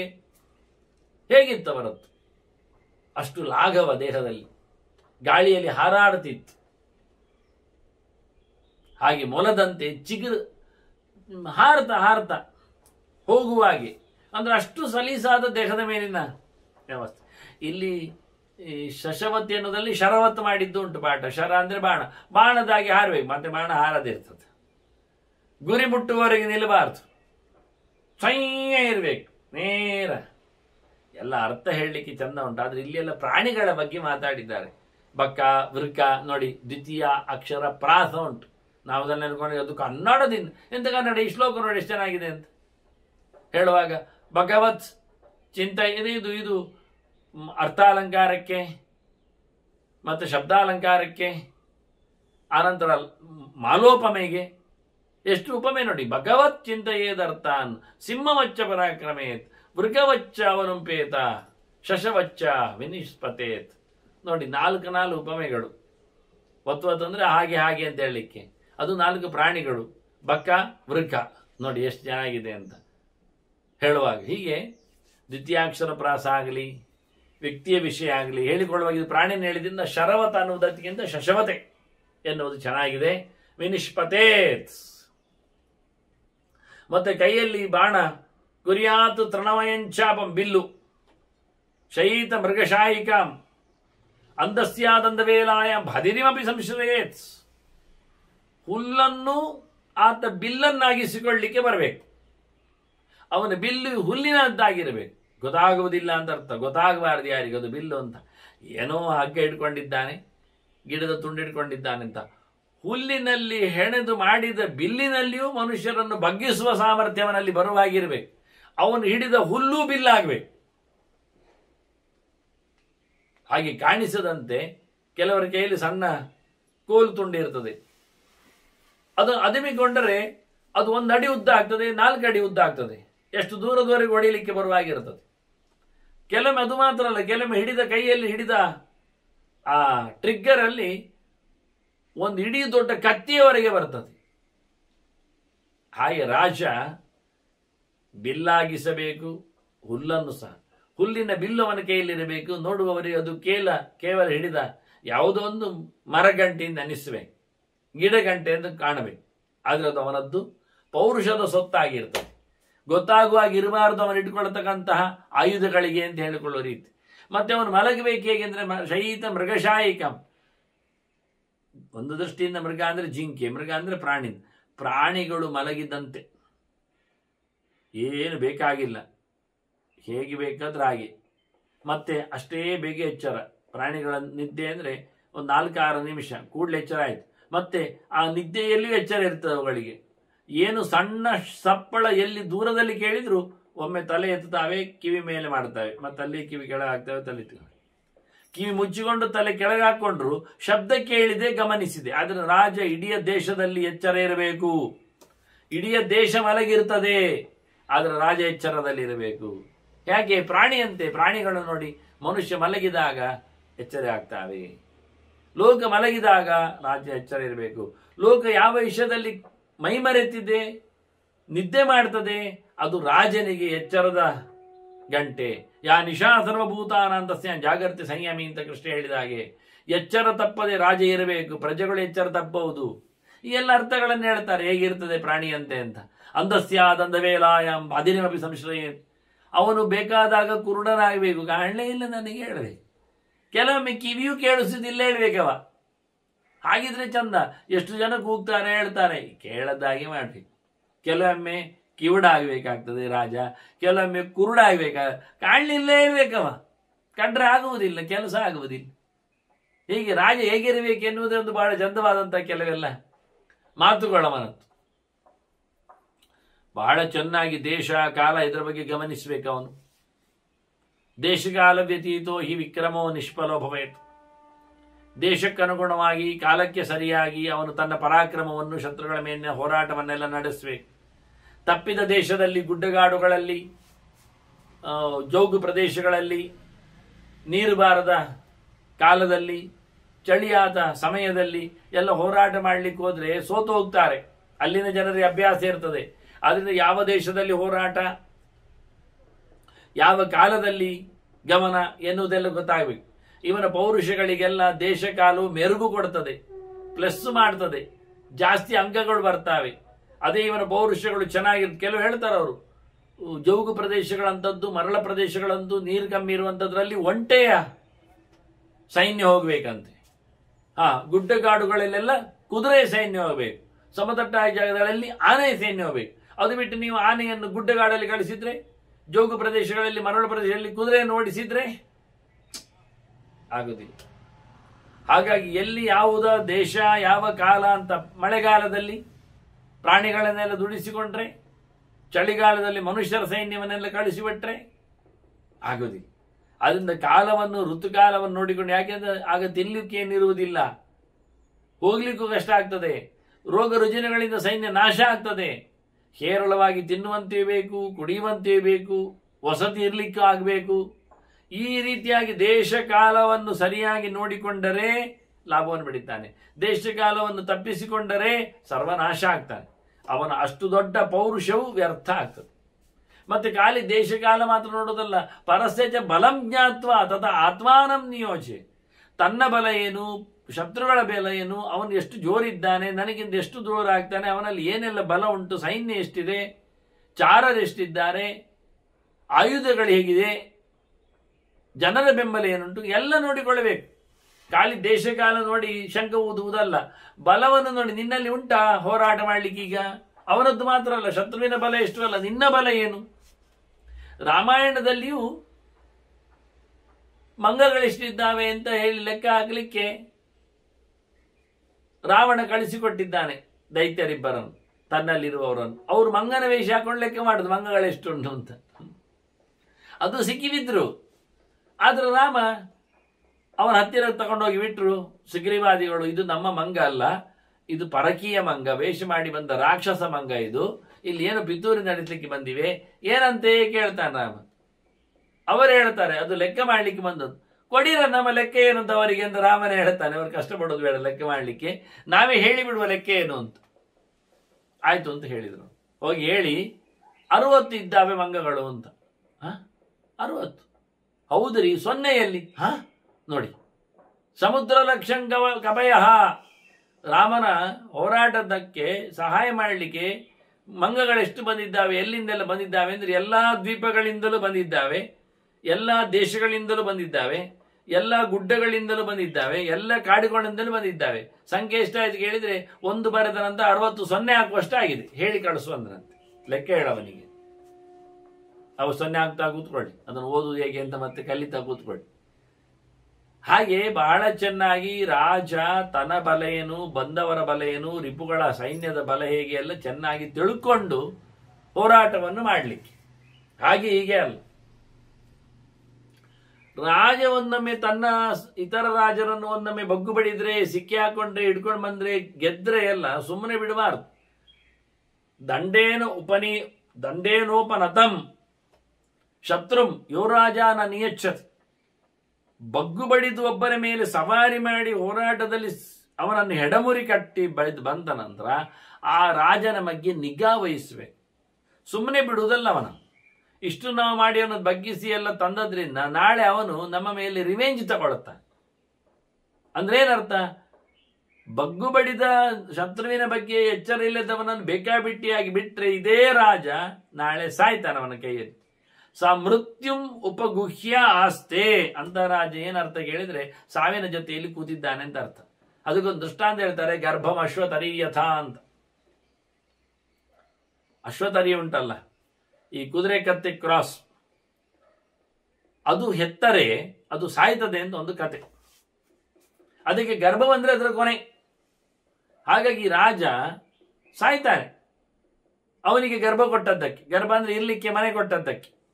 ಯಾವ ಶತ್ರು ಇದ್ದಾನೆ ಅಂತವನನ್ನು ಬಗ್ಗು ಬಡಿದ ನಂತರ ಅವನನ್ನು ಗಮನಿಸದೆ ಸ್ವೇಚ್ಛಾಚಾರಿಯಾಗಿ ಬಿಟ್ಟರೆ ಅವನು ಖಂಡಿತವಾಗಿಯೂ ಸಾವಿನ ಜೊತೆಯಲ್ಲಿ ಇದ್ದಾನೆ ಅಂತ ಅರ್ಥ. ಖಂಡಿತವಾಗಿ ಅವನು ಸಾಯಬಹುದು ಅವನ ಕೈಯಲ್ಲಿ. ಅದನ್ನು ಗಮನಿಸಬೇಕು, ಎಚ್ಚರ ವಹಿಸಬೇಕು ಅಂತಾನೆ. ಹೇಗೆ ಎಚ್ಚರ ವಹಿಸುವುದು ಕೇಳಿದ್ರೆ, ಸುಪುಷ್ಪಿತ ಸ್ಯಾದ ಬಲಃ ಫಲವಾನ್ ಸ್ಯಾತ್ ದುರಾರುಹ ಆಮಸ್ಯಾತ್ ಪಕ್ವ ಸಂಕಾಶಃ ನಶಶೀರ್ಯೇತ ಕೈಸ್ಯಚಿತ್. ಯಾರಿಗೂ ಯಾವತ್ತೂ ಹರಿದಾಗಲಿಕ್ಕೆ ತುಂಡು ಮಾಡಲಿಕ್ಕೆ ಆಗುವಾಗಿ ಇರಬಾರ್ದು. ಯಾರ ಕೈಗೂ ಸೋಲದಂತೆ, ನೋವು ತಿನ್ನದಂತೆ, ಕಸಿದು ಹೋಗದಂತೆ, ಕಳ್ಕೊಳ್ಳದಂತೆ ರಾಜ ಇರಬೇಕು. ಬೇಕಾದಷ್ಟು ಮರದಲ್ಲಿ ಹಣ್ಣಿದ್ದಾಗೆ ಕಾಣಬೇಕು ರಾಜ. ಏನ್ ರಾಜ ನಮ್ಮದು, ಏನ್ ಬೇಕಾದ್ರೂ ಕೊಡ್ತಾನೆ, ಹೇಗೆ ಬೇಕಿರ್ತಾನೆ. ಆದರೆ ಆ ಎಲ್ಲ ಹಣ್ಣುಗಳನ್ನು ಒಮ್ಮೆಯೂ ಸಹ ಹತ್ತಿ ತೆಗಿಲಿಕ್ಕಿರುವಾಗಿರುವಾಗ ನೋಡಿ. ಸುಪುಷ್ಪಿತ ಸ್ಯಾದ್ ಅಬಲ. ಬೇಕಾದಷ್ಟು ಹೂ ತೋರಿಸಬೇಕು, ಒಂದು ಹಣ್ಣಿಲ್ಲ. ಎಲ್ಲ ಇವನದ್ದು ಪ್ರಾಜೆಕ್ಟ್ಸ್ಗಳು ತೋರಿಸಬೇಕು, ಆದರೆ ಯಾವುದನ್ನು ಮಾಡಲಿಕ್ಕಿಲ್ಲವ. ಉಂಟು, ಮಾಡ್ತೇನೆ, ಹೂಗಳೆಲ್ಲ ಇವೆ, ಹಣ್ಣಿಲ್ಲ. ಹಣ್ಣು ಬೇಕಾದಷ್ಟು ಬಂದಿದೆ, ಹತ್ತಲಿಕ್ಕಾಗುವುದಿಲ್ಲ. ದುರಾರ್ಹ. ಹತ್ತಲಿಕ್ಕೆ ಆಗದೆ ಮರದಲ್ಲಿ ಹಣ್ಣಿದ್ದೇನು ಪ್ರಯೋಜನ ಅಲ್ವಾ? ಮತ್ತೆ ಹತ್ತಲಿಕ್ಕೆ ಹೋದ್ರು ಯಾವುದೇ ಹಣ್ಣು ಸಿಗಬಾರದು. ಆಮಸ್ಯಾತ್. ಪಕ್ವ ಸಂಕಾಶ ನೋಡಿದ್ರೆ ಹಣ್ಣಾದಾಗೆ ಕಾಣ್ತದೆ, ಯಾವುದು ಹಣ್ಣಲ್ಲ, ಎಲ್ಲ ಕಾಯಿ.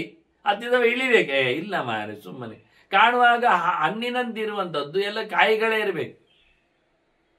ಅದರಿಂದ ರಾಜ ಯಾವತ್ತು ಎಲ್ಲರಿಗೂ ಹೂ ಅರಳಿದಾಗೆ ನೋಡುವಾಗ ಖುಷಿ ಆಗ್ತದೆ. ರಾಜನ ಪ್ರಾಜೆಕ್ಟ್ಗಳು ಪರಿಮಳ ಬರ್ತದೆ, ಅದರ ವಾಸನೆ ಸಿಗ್ತದೆ, ಅದರ ಆಚೆಗೆ ಏನಿಲ್ಲ, ಹೂವು ಅಷ್ಟೇ. ಮತ್ತೆ ಕೆಲವು ಹಣ್ಣಾಗಿದೆ, ರಾಜನ ಕೆಲಸಗಳೆಲ್ಲ ಸಫಲ ಆಗಿವೆ, ಆದರೆ ಅದು ಕೈಗೆಟಕುವುದಿಲ್ಲ. ಮಾಡಿ ತೋರಿಸ್ತಾ ಇದ್ದಾನೆ, ಆಯ್ತು ಹೇಳುತ್ತಾನೆ, ನಮ್ಮವರೆಗೆ ಬರ್ತಾ ಇಲ್ಲ. ಇದೊಂದು ರೀತಿ. ಹೀಗೂ ರಾಜ ಇರ್ತಾನೆ. ಎಲ್ಲ ಆಗಿದ್ರೂ ರಾಜನನ್ನು ನಾವು ಪಡೆಯುವಾಗಿಲ್ಲ. ಮತ್ತೆ ಎಲ್ಲ ಕಾಯಿಯಾಗಿ ಉಂಟು, ಇನ್ನು ಹಣ್ಣಾಗಲಿಲ್ಲ, ಎಲ್ಲ ಪ್ರೀ ಸ್ಟೇಜಲ್ಲಿ ಉಂಟು. ಅದು ಮಾಡಿದ್ದೇನೆ, ಇಲ್ಲಿ ಮಾಡಿದ್ದೇನೆ, ಮತ್ತೊಂದು ಮಾಡಿದ್ದೇನೆ ಅಂತ ಹೀಗೆ ಹೇಳ್ತಾ ರಾಜ ಎಲ್ಲಿಯೂ ಸೋಲದಂತಿರಬೇಕು. ಅಲ್ಲ ಮಾರೆ, ಹೇಳಿದ ನಂತರ ಮಾಡದೇ ಇದ್ರೆ ಜನ ಬಿಡ್ತಾರ? ಕಲ್ವಿಸಾಡುದಿಲ್ಲ. ಆಶಾಂ ಕಾಲವತಿಯಂ ಕುರಿಯ. ನೋಡಿ, ಎಲ್ಲ ಆಸೆಗಳನ್ನು, ಪ್ರಜೆಗಳ ಯೋಚನೆಗಳನ್ನು, ಬಯಕೆಗಳನ್ನು ಎಲ್ಲ ಅವನು ಒಪ್ಪಬೇಕು. ಮಾಡ್ತೇವೆ, ಮಳೆಗಾಲ ಕಳೀಲಿ, ಸುಲಭ ಆಗ್ತದೆ, ಹಬ್ಬಗಳೆಲ್ಲ ಮುಗಿಲಿ, ಎಲ್ಲರಿಗೂ ಪುರ್ಸೋ ಸಿಗ್ತದೆ ಅಂತ ಹೇಳಿಕೊಂಡು ಅವನು ಒಳ್ಳೆ ರೀತಿಯಿಂದ ಕಾಲದ ನಿರೀಕ್ಷೆ, ಸಮಯ ಕೊಡಿ, ಈ ವರ್ಷವೇ ಆಗುವುದಿಲ್ಲ, ಮುಂದಿನ ವರ್ಷ, ಆನಂತರದ ವರ್ಷ ನೋಡುವ ಅಂತ ಅವರನ್ನು ಕಾಯಿಸಬೇಕು. ಕಾಲವನ್ನು ಹೇಳಿ ಆಸೆಯನ್ನು ನಿಲ್ಲಿಸಬೇಕು. ಮತ್ತೆ ಕಾಲ ಮುಗಿದ ನಂತರ ಕೇಳುವುದಿಲ್ಲ ಅವರು ಅಂತ. ತಾಂಚ ವಿಜ್ಞಾನ ಯೋಜನೆ ಮೊನ್ನೆ ಮಾಡುವುದಿತ್ತು ನಾವು ಹಬ್ಬ ಕಳೆದ ನಂತರ, ಆದ್ರೆ ಏನಾಯ್ತು? ಅದು ಹೇಳಿದ್ದಲ್ಲ, ಭೀಕರ ರೋಗ ಬಂತು ಅಂತ, ಅದು ಹೆದರಿಕೊಂಡೆವು ನಾವು, ಜನರನ್ನು ಕಳಿಸ್ಲಿಕ್ಕೆ ಆಗಲಿಲ್ಲ. ಅದು ನಮಗೆ ವಿಘ್ನ ಬಂತು, ಮಾಡ್ಲಿಕ್ಕಿದ್ದೆವು, ವಿಘ್ನ ಬಂತು ಅಂತ ಹೇಳ್ಬೇಕು. ವಿಘ್ನ ನಿಮಿತ್ತದ ಒಬ್ರು ಯಾವ್ದು? ಅದು ಯಾಕೆ ವಿಘ್ನ ಬಂದದ್ದು? ವಿಘ್ನ ಬಂದದ್ದು ಯಾಕೆ ನಮಗೆ ಗೊತ್ತಿಲ್ವಾ? ನಾವೇ ಮಾಡಿಕೊಂಡದ್ದಲ್ಲ. ನಾವೇ ಅದಕ್ಕೆ ಬೇಕಾದಂಥ ಪ್ರಿಕಾಷನರಿ ಏನಾದರೂ ವ್ಯವಸ್ಥೆ ಮಾಡಿಕೊಂಡೆವೋ? ಇಲ್ಲ. ನಮ್ಮದೇ ಬೇಕಾಬಿಟ್ಟಿ ಜಾತ್ರೆಗಳೇನು, ಬೇಕಾಬಿಟ್ಟಿ ಆಗಿರತಕ್ಕಂತಹ ಹೊಸ ವರ್ಷದ ಸಂಭ್ರಮಗಳೇನು, ಹೀಗಾಗಿ ನಾವೇ ಮಾಡಿಕೊಂಡಿರತಕ್ಕಂಥ ವ್ಯವಸ್ಥೆಗಳಲ್ಲಿ ನಾವೇ ವಿಘ್ನವನ್ನು ಪಡಿತಾ ಇದ್ದೇವೆ, ನಾವೇ ಸೋಲ್ತಾ ಇದ್ದೇವೆ. ನಿಮಿತ್ತಂಚಾಪಿ, ಹೀಗೆ ನಿಮಿತ್ತ ಹೇಳಿದ್ರೆ ಯಾಕೆ ಅಂತ ಹೇಳಿದ್ರೆ, ನಿಮಿತ್ತಂಚಾಪಿ ಹೇತು ಮತ್, ಅದು ಯಾಕೆ ಆಯ್ತು ಎನ್ನುವುದನ್ನು ಯುಕ್ತಿಯುಕ್ತವಾಗಿ ತೋರಿಸ್ಬೇಕು. ಹೇಗಿತ್ತು ಏನು ಅಂತ ಮಾಡ್ಲಿಕ್ಕೆ ಹೋದದ್ದು ಸತ್ಯ ನೋಡಿ. ಆದರೆ ಆದದ್ದು ಹೇಗೆ? ಹಬ್ಬದ ಜಾತ್ರೆಯ ಮೆರುಗು, ಅದನ್ನು ಮಾಡಿಸಿ ಇದ್ರೆ ಗಲಾಟೆ ಆಗುದಿಲ್ವಾ? ಬಿಟ್ಟಿದ್ದೇವೆ. ಆನಂತರ ಮಾಡುವ ಅಂದ್ರೆ ನಮಗೆ ಆರೋಗ್ಯ ಕೆಟ್ಟಿದೆ. ಇನ್ನು ಅಲ್ಲ, ದ್ರವ್ಯಗಳೆಲ್ಲ ಆರೋಗ್ಯಕ್ಕೆ ಹಾಕಿ, ಈ ದ್ರವ್ಯ ಎಲ್ಲಿಂಟಿ ಮಾಡಲಿಕ್ಕೆ?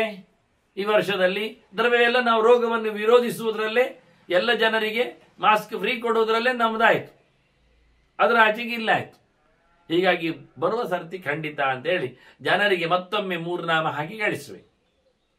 ಮತ್ತೊಮ್ಮೆ ಅವರು ಖಂಡಿತವಾಗಿ ಇವನೇ ಬೇಕು ಹೇಳಿಕೊಂಡು ಆ ಮೂರ್ಖರು ಇವನನ್ನೇ ಆಯ್ಕೆ ಮಾಡ್ತಾರೆ. ಮತ್ತೆ ಯಥಾ ಪ್ರಕಾರ ಅವರ ಆಸೆಗಳಿಗೆ ಸಮಯ ಕೊಡಿ ಅಂತ ಕೇಳಲಿಕ್ಕೆ, ಈಗೆಲ್ಲ ಉಳಿದವರು ಮಾಡಿದ್ದನ್ನು ಅಲ್ಲಿ ಬಾಚಲಿಕ್ಕೆ, ಕ್ಲೀನ್ ಮಾಡಲಿಕ್ಕೆ 1-2 ವರ್ಷ ಬೇಕು ಅಂತ ಹೇಳುದು, ಹೌದು ಅಂತ ತಿಳ್ಕೊಳ್ತಾರೆ. ಇವರು ಹಾಗೆ ಕ್ಲೀನ್ ಮಾಡ್ತಾ ಇರಬೇಕು. ಆ ನಂತರ ಯಾವತ್ತಾಗ್ಲಿಲ್ಲ ಯಾಕೆ ಕೇಳಿದ್ರೆ, ಮಾಡ್ತಿದ್ದೆವು, ನೀವು ಹೇಳಿದ್ದಲ್ಲ ಇದೆಲ್ಲ ಬೇಡ, ರಸ್ತೆ ಮಾಡಿದ್ದು, ನಾವು ರಸ್ತೆ ಹೋಗಿದ್ದೇವೆ. ಸರಿ, ಅದಾದ್ರೂ ರಸ್ತೆ ಆಗ್ಲಿಕ್ಕೆ ಹೇಳಿದ್ರೆ, ರಸ್ತೆಗೆ ಬೇಕಾದದ್ದು ಜಲ್ಲಿ ಎಲ್ಲ ತರಿಸುದು ಬೇಡವಾ? ಅದು ನಮ್ಮ ಕೈಯಲ್ಲಿ ಉಂಟಾ? ಕಳೆದವರು ಹೇಳುವಾಗ ಆಚೀಚೆ ಗಲಾಟೆ ಮಾಡಿದ್ರಿ, ಅದು ಇನ್ನು ಬರುವಾಗ 10 ವರ್ಷ ಆಗ್ತದೆ. 10 ವರ್ಷ ಆಗ್ತದೆ ಹೇಳಿದ ತಕ್ಷಣ ಇವರು ಬೆಪ್ಪರ ಆಗ್ತಾರೆ. ಅಲ್ಲಯ್ಯ, ನಮ್ಮ ಇನ್ನೊಮ್ಮೆ ಬರುವತಕ್ಕ ಸರ್ಕಾರದಲ್ಲಿಯೂ ನಾವು ಅದನ್ನು ಮಾಡ್ತೇವೆ. ಜನರಿಗೆ ಇನ್ನೂ ಖುಷಿ ಆಗ್ತದೆ. ಬರುವ ಸರ್ತಿಯು ನಿಮಗೆ ಖಂಡಿತವಾಗಿಯೂ ನಮ್ಮ ಬೆರಳು ಕೊಡ್ತೇವೆ ಹೇಳಿಕೊಡ್ತಾರೆ. ಮತ್ತೇನು ಮಾಡುದು? ಹೀಗೆ ಬಹಳ ಚಂದವಾಗಿ ಆಶಾಂ ಕಾಲವತಿಯಂಗುರಿಯ ತಾಂಜ ವಿಜ್ಞಾನ ಯೋಜೆಯನ್ ವಿಘ್ನ ನಿಮಿತ್ತದೋ ಬ್ರಿಯಾತ್ ನಿಮಿತ್ತಂಚಾಪಿ ಏತಮತ್. ಯುಕ್ತಿಯುಕ್ತವಾಗಿ ಅವರನ್ನು ನಂಬಿಸುವಂತ ಚಮತ್ಕಾರ ಇವನಲ್ಲಿ ಮಾತಿನಲ್ಲಿದ್ದರೆ ಹೌದಾಯ್ತು. ಹೀಗೆ ರಾಜ ಇರಬೇಕು. ಮತ್ತೆ ಭೀತವತ್ಸ್ ಸಂವಿಧಾತವ್ಯಂ, ಯಾವದು ಭಯಂ ಅನಾಗತಂ ಆಗದಂತು ಭಯಂ ದೃಷ್ಟ ಪ್ರಹರ್ತವ್ಯಂ ಅಭೀತವತ್.